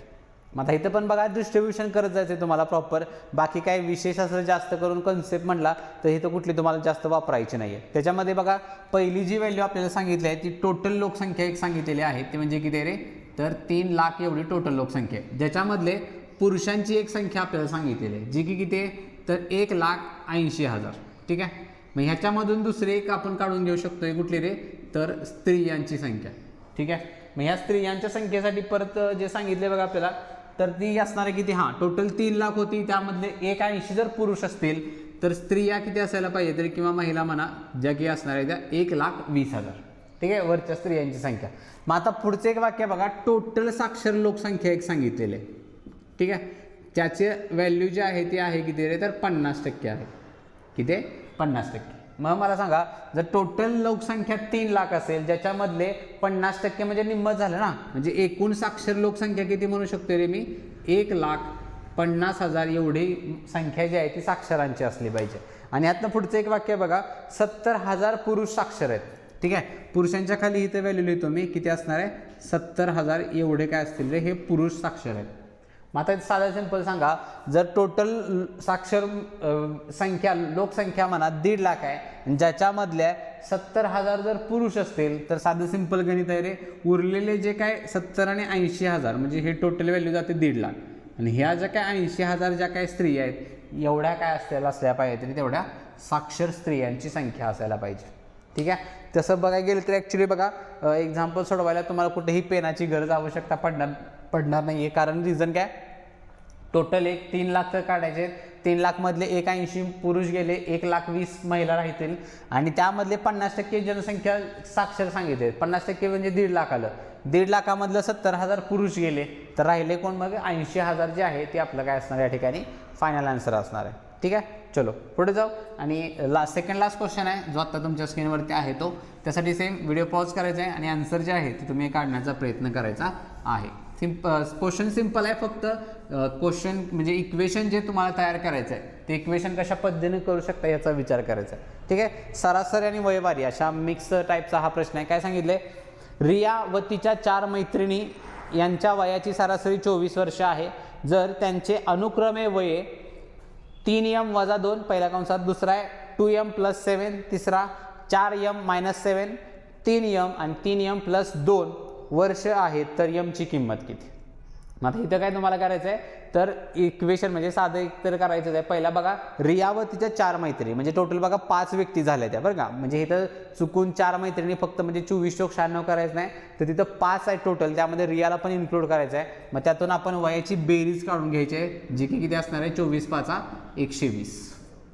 ठीक आहे. हे असणार आहे त्यांच्या सर्वांच्या वयाची बेरीज, आणि सर्वांची वय पण मला दिलेत बघा, त्या व्हॅल्यू फक्त तुम्हाला इथं बेरजेच्या फॉर्ममध्ये समीकरण तयार करावं लागेल. काय काय सांगितले बघा, पहिला 3m-2 प्लस डायरेक्टली टाकतो ते, कारण सगळ्यांची बेरीज आपल्याला करायची आहे. दुसरा आहे 2m+7, परत तिसऱ्याचं वय आहे 4m-7, आणि त्यानंतर हे थोडंसं पुढे घेऊया, प्लस चौथा आहे 3m, आणि 5वा जो आहे बघा तो आहे 3m+2, आणि ह्या सर्वांची बेरीज असणार आहे 120 वर्ष. मग इक्वेशन या पद्धतीने तुमचं जाईल. मग m बघा किती होते रे आधी, 3, 2, 5, 4, 9, 3, 12, 3, 15, म्हणजे किती आलं ते 15m. मग आता हे बघा आधी बेरीज, आता हे +7ला -7 कॅन्सल झाला बघा, परत -2ला +2 कॅन्सल झाला, मग राहिलं काय फक्त रे, सगळंच कॅन्सल होते ते, फक्त तुमचं 15m राहतंय. आणि हे 15m म्हणजे किती असायला पाहिजे, 120. मग m बरोबर 15×8=2800, m किती आला रे, 8 आला. ठीक आहे. m आला 8, तर पाहिजे काय, m चीच किंमत पाहिजे, म्हणजे की फायनल आन्सर म्हणजे तुमचं m ची जी काही किंमत आहे ती किती असेल रे, 8. हे माझं काय असणार या ठिकाणी फायनल आन्सर असणार आहे. ठीक आहे. चलो, आणि आजच्या लेक्चरचं म्हणजे आजच्या टॉप 25 मधलं आपला लास्टचा क्वेश्चन तुमच्या स्क्रीनवरती आहे. वयवारीवरतीच डिपेंड असणारा हा प्रश्न आहे. त्यासाठी व्हिडिओ पॉज करायचा आहे आणि आन्सर जे आहे ते तुम्ही काढण्याचा प्रयत्न करायचा आहे. फक्त काय जे काय बघा गुणोत्तर जे सांगितले ते मला फक्त इथं शाब्दिक फॉर्ममध्ये सांगितले आहे, ॲज इट इज व्हॅल्यू दिलेलं नाही आहेत. काय बघा प्रश्न, तर वडिलांचे वय मुलाच्या वयाच्या तिप्पट आहे. 10 वर्षानंतर वडिलांचे वय मुलाच्या वयाच्या दुप्पट होईल, तर वडिलांचे आजचे वय किती? आणि हा जो प्रश्न आहे बघा तो कटोल नागपूर SRPFच्या पेपरमधला हा प्रश्न आहे. आणि आत्ता जेवढे काय बघा आपण बघा सगळे जे टॉप 25 क्वेश्चन्स बघितले यामधून तुम्हाला एक आयडिया आली असेल नक्कीच की टोटल जे काय बघा वयवारी या टॉपिकवरती तुम्हाला जास्त प्रश्न जे अवघड आहेत ते विचारले जातात. बाकीचे जे काही क्वेश्चन्स आहेत ते जास्त करून आपल्याला डिफिकल्टी कॅटेगरीच्या येत नाहीत. त्यातल्या त्यात एक तर म्हणला तर सरळ रूप देणे, वयवारी आणि त्यानंतर थोडासा आपला शाब्दिकचा जो पार्ट आहे या 3 टॉपिकवरचे जास्त करून क्वेश्चन्स आपल्याला या पोलीस भरतीच्या पेपरमध्ये तुम्हाला बघायला मिळतील. त्यामुळे तुमचं पण टार्गेट तेच असलं पाहिजे. पहिला संख्या टॉपिक, वयवारी आणि त्यानंतर संख्या टॉपिकमधले जे काही शाब्दिक उदाहरण आहेत हे तुमचे चांगल्या पद्धतीनं प्रॅक्टिस असणं फार गरजेचं आहे. आणि त्यातल्या त्यात जर हायेस्ट लेवल म्हणला तर ती फक्त आणि फक्त भंडारा जिल्ह्यामध्ये तुम्हाला बघायला मिळेल. पण महत्त्वाचं आहे हे सगळे जे काय आज आपण एक्झाम्पल्स बघितलेत आजच्या लेक्चरमध्ये ते मधले सगळे एक्झाम्पल तुम्हाला पहिला तर सुटणं फार गरजेचं आहे. 25 पैकी कमीत कमी तुमचा स्कोर जो आहे तो बघा 23-24 तर आलाच पाहिजे. तो स्कोर तुम्ही स्वतः एक जजमेंट असलं पाहिजे तुम्हाला की मला टोटल 25 मधले किती एक्झाम्पल्स सुटत होती आणि किती सुटलेले नाहीत ते. आणि त्यानुसार तुमची तयारी तुम्हाला एक ॲनालिसिस करायचं आहे की माझी तयारी कुठपर्यंत आलेली आहे आणि मला आता एक्स्ट्रा काय काय करावं लागेल. ठीक आहे. तर बघा इथं आता प्रश्न काय करायचा आपल्याला सोडवायला. तर वडिलांचे वय मुलाच्या वयाच्या दुप्पट आपण काय गुणोत्तर काढून घेत असतो असल्यामधून वडिलांचं वय आणि मुलगा. वडिलांचं वय आहे ते मुलाच्या दुप्पट आहे. दुप्पटला आपल्याला माहिती आहे 2:1 गुणोत्तर तुम्हाला घ्यायला लावलेलं किंवा 1:2 जसा वर्ग असेल किंवा शब्द असेल त्यानुसार, कारण वडिलांचं वय जास्त असलं पाहिजे. 10 वर्ष मी पुढे गेलो तर काय रे पहिला जे आहे ते तिप्पट होतं. तिप्पट म्हणजे काय रे तर आपण काय करतो 3:1. 10 वर्षानंतर ते 2:1 होणार आहे म्हणजे दुप्पट हा शब्द वापरलेला आहे. मग हे तर पण सेम 10 वर्ष पुढे जात असेल मी तर फरक समान पाहिजे जो की करून घ्यायचा आहे तुम्हाला. कारण ज्यावेळी आपण सरळ बघितलं तर बघा शाब्दिक फॉर्ममध्ये जर गुणोत्तर सांगितलं असेल तर फरक कधीच समान नसतो माझा, तो करावाच लागतो. मग 3 आणि 2 मध्ये बघा 2चा डिफरन्स आहे, 2 खाली गुणा. 2 आणि 1 मध्ये 1चा डिफरन्स आहे, 1 वर गुणावं लागेल. काय काय होणार बघा वर तर काय फरक पडणार नाही, 3:1 सेम राहील. 2 जर खाली गुणला तर 4:2 हे खाली गुणोत्तर होईल. ठीक आहे. मग 3चं ज्या झालं 1चं 2 झालं म्हणजे काय झालं रे फरक समान झालेला आहे. मग फरक बघा गुणोत्तरामध्ये 1ची वाढ झालेली आहे आणि 1ची किंमत असणार आहे 10. आणि हे जे काय पहिलं जे गुणोत्तर आहे बघा हे असणार आहे माझं आजचं गुणोत्तर आहे आणि हे जे खालचं जे गुणोत्तर आहे ते कधीचं सांगितलं तर 10 वर्षानंतरचं आहे. मग एकाला जर 10 असेल तर मला वडिलांचं आजचं वय पाहिजे ना. मग 10 किती झालं रे 30 वर्ष हे काय असेल माझं या ठिकाणी फायनल आन्सर असणार आहे. ठीक आहे. त्यामुळे फायनल म्हणजे त्या वडिलांचं जे काय आजचं वय आहे ते किती असायला पाहिजे रे 30 वर्ष हे आपलं काय असेल फायनल आन्सर असणार आहे. ठीक आहे. त्यामुळे जसं मी आत्ता पण म्हटलं तुम्हाला सगळे क्वेश्चन्स पुन्हा एकदा बघा, जजमेंट घ्या की टोटल या 25 प्रश्नांपैकी तुम्हाला किती सुटतात. त्यामुळे आत्तापर्यंत जेवढं काय आपला क्रॅश कोर्स शेकडेवारीपर्यंत आला आहे इथपर्यंतचे क्वेश्चन्स हार्डेस्ट लेवल जर म्हटला तर ते तुम्हाला सगळ्या पेपरमध्ये या टाईपचे क्वेश्चन्स जास्त प्रमाणामध्ये बघायला मिळतील. प्रमाण कमी आहे पण लक्ष ठेवा हेच क्वेश्चन्स तुमचं सिलेक्शन पण ठरवणार आहेत. कारण अशा टाईपचे जे प्रश्न आहेत जे तेच विद्यार्थी सोडवू शकतात ज्यांचा बेस जो पक्का आहे, त्यांचं बेसिक सगळ्या गोष्टी क्लिअर आहेत आणि सोबतच त्यांचं प्रॅक्टिस चांगल्या पद्धतीने आहे किंवा रिव्हिजन टाईम टू टाईम त्यांचे स्टडी जो म्हणतो आपण जो प्रॉपर विद्यार्थी जे करतात त्याच विद्यार्थ्यांना ह्या टाईपचे एक्झाम्पल सुटू शकतात. लक्षात ठेवा. आणि जे विद्यार्थी हे एक्झाम्पल सोडवू शकतात तेच विद्यार्थी फायनल सिलेक्शनमध्ये तुम्हाला त्यांचं नाव जे आहे ते आलेलं बघायला मिळेल. ज्या विद्यार्थ्यांना अवघड क्वेश्चन सोडवायची सवय नसते किंवा ते सोडवण्याचा प्रयत्न देखील करत नाहीत अशा विद्यार्थ्यांचं सिलेक्शन होणं फार चान्सेस कमी असतात. त्यांना मग वेळेवरती डिपेंडंट राहावं लागतं की पेपर सोपा आला पाहिजे ह्या गोष्टी. त्यामुळे तुमचं देखील टार्गेट तेच पाहिजे. जर तुम्हाला 1-2 वर्षामध्ये सिलेक्शन व्हायचं असेल तर तुम्हाला या क्वेश्चनचं प्रॅक्टिस आणि रिव्हिजन असणं फार गरजेचं आहे. तुम्हाला हे क्वेश्चन्स जमलेच पाहिजेत. मग त्यानुसार तुमचा आता इथून पुढचा जो स्टडी प्लॅन आहे तो तुम्हाला करायचा आहे. आणि बाकीचे जे काय राहिलेले जे काही टॉपिकचे जे क्वेश्चन्स आहेत पुढचे जे काही टॉप 25 क्वेश्चन्स आहेत आपले ते पुढचा आपला क्रॅश कोर्स जसा पुढे जाईल तसे आपण त्या क्वेश्चनचा जो आढावा आहे तो आपण त्या लेक्चर्समध्ये घ्यायचा आहे. ठीक आहे. चला तर मग आजचा लेक्चर आपण इथंच राऊंडअप करायचं आहे. सेशन आवडला असेल तर सेशनला लाईक नक्की करा. जेवढे तुमचे विद्यार्थी मित्र आहेत जे खास करून पोलीस भरतीचा अभ्यास करतात अशा सर्व विद्यार्थ्यांना सेशनची लिंक नक्की शेअर करा जेणेकरून त्यांना देखील अशा टाईपच्या क्वेश्चन्सना लक्षात सोडवण्याचं जी काही बेस्ट मेथड आहे ती देखील त्यांना समजली गेली पाहिजे. ठीक आहे. चला तर मग आजचं सेशन आपण इथंच राऊंडअप करू. भेटू आपल्या नेक्स्ट सेशनमध्ये. Till then keep studying, be positive and thank you so much.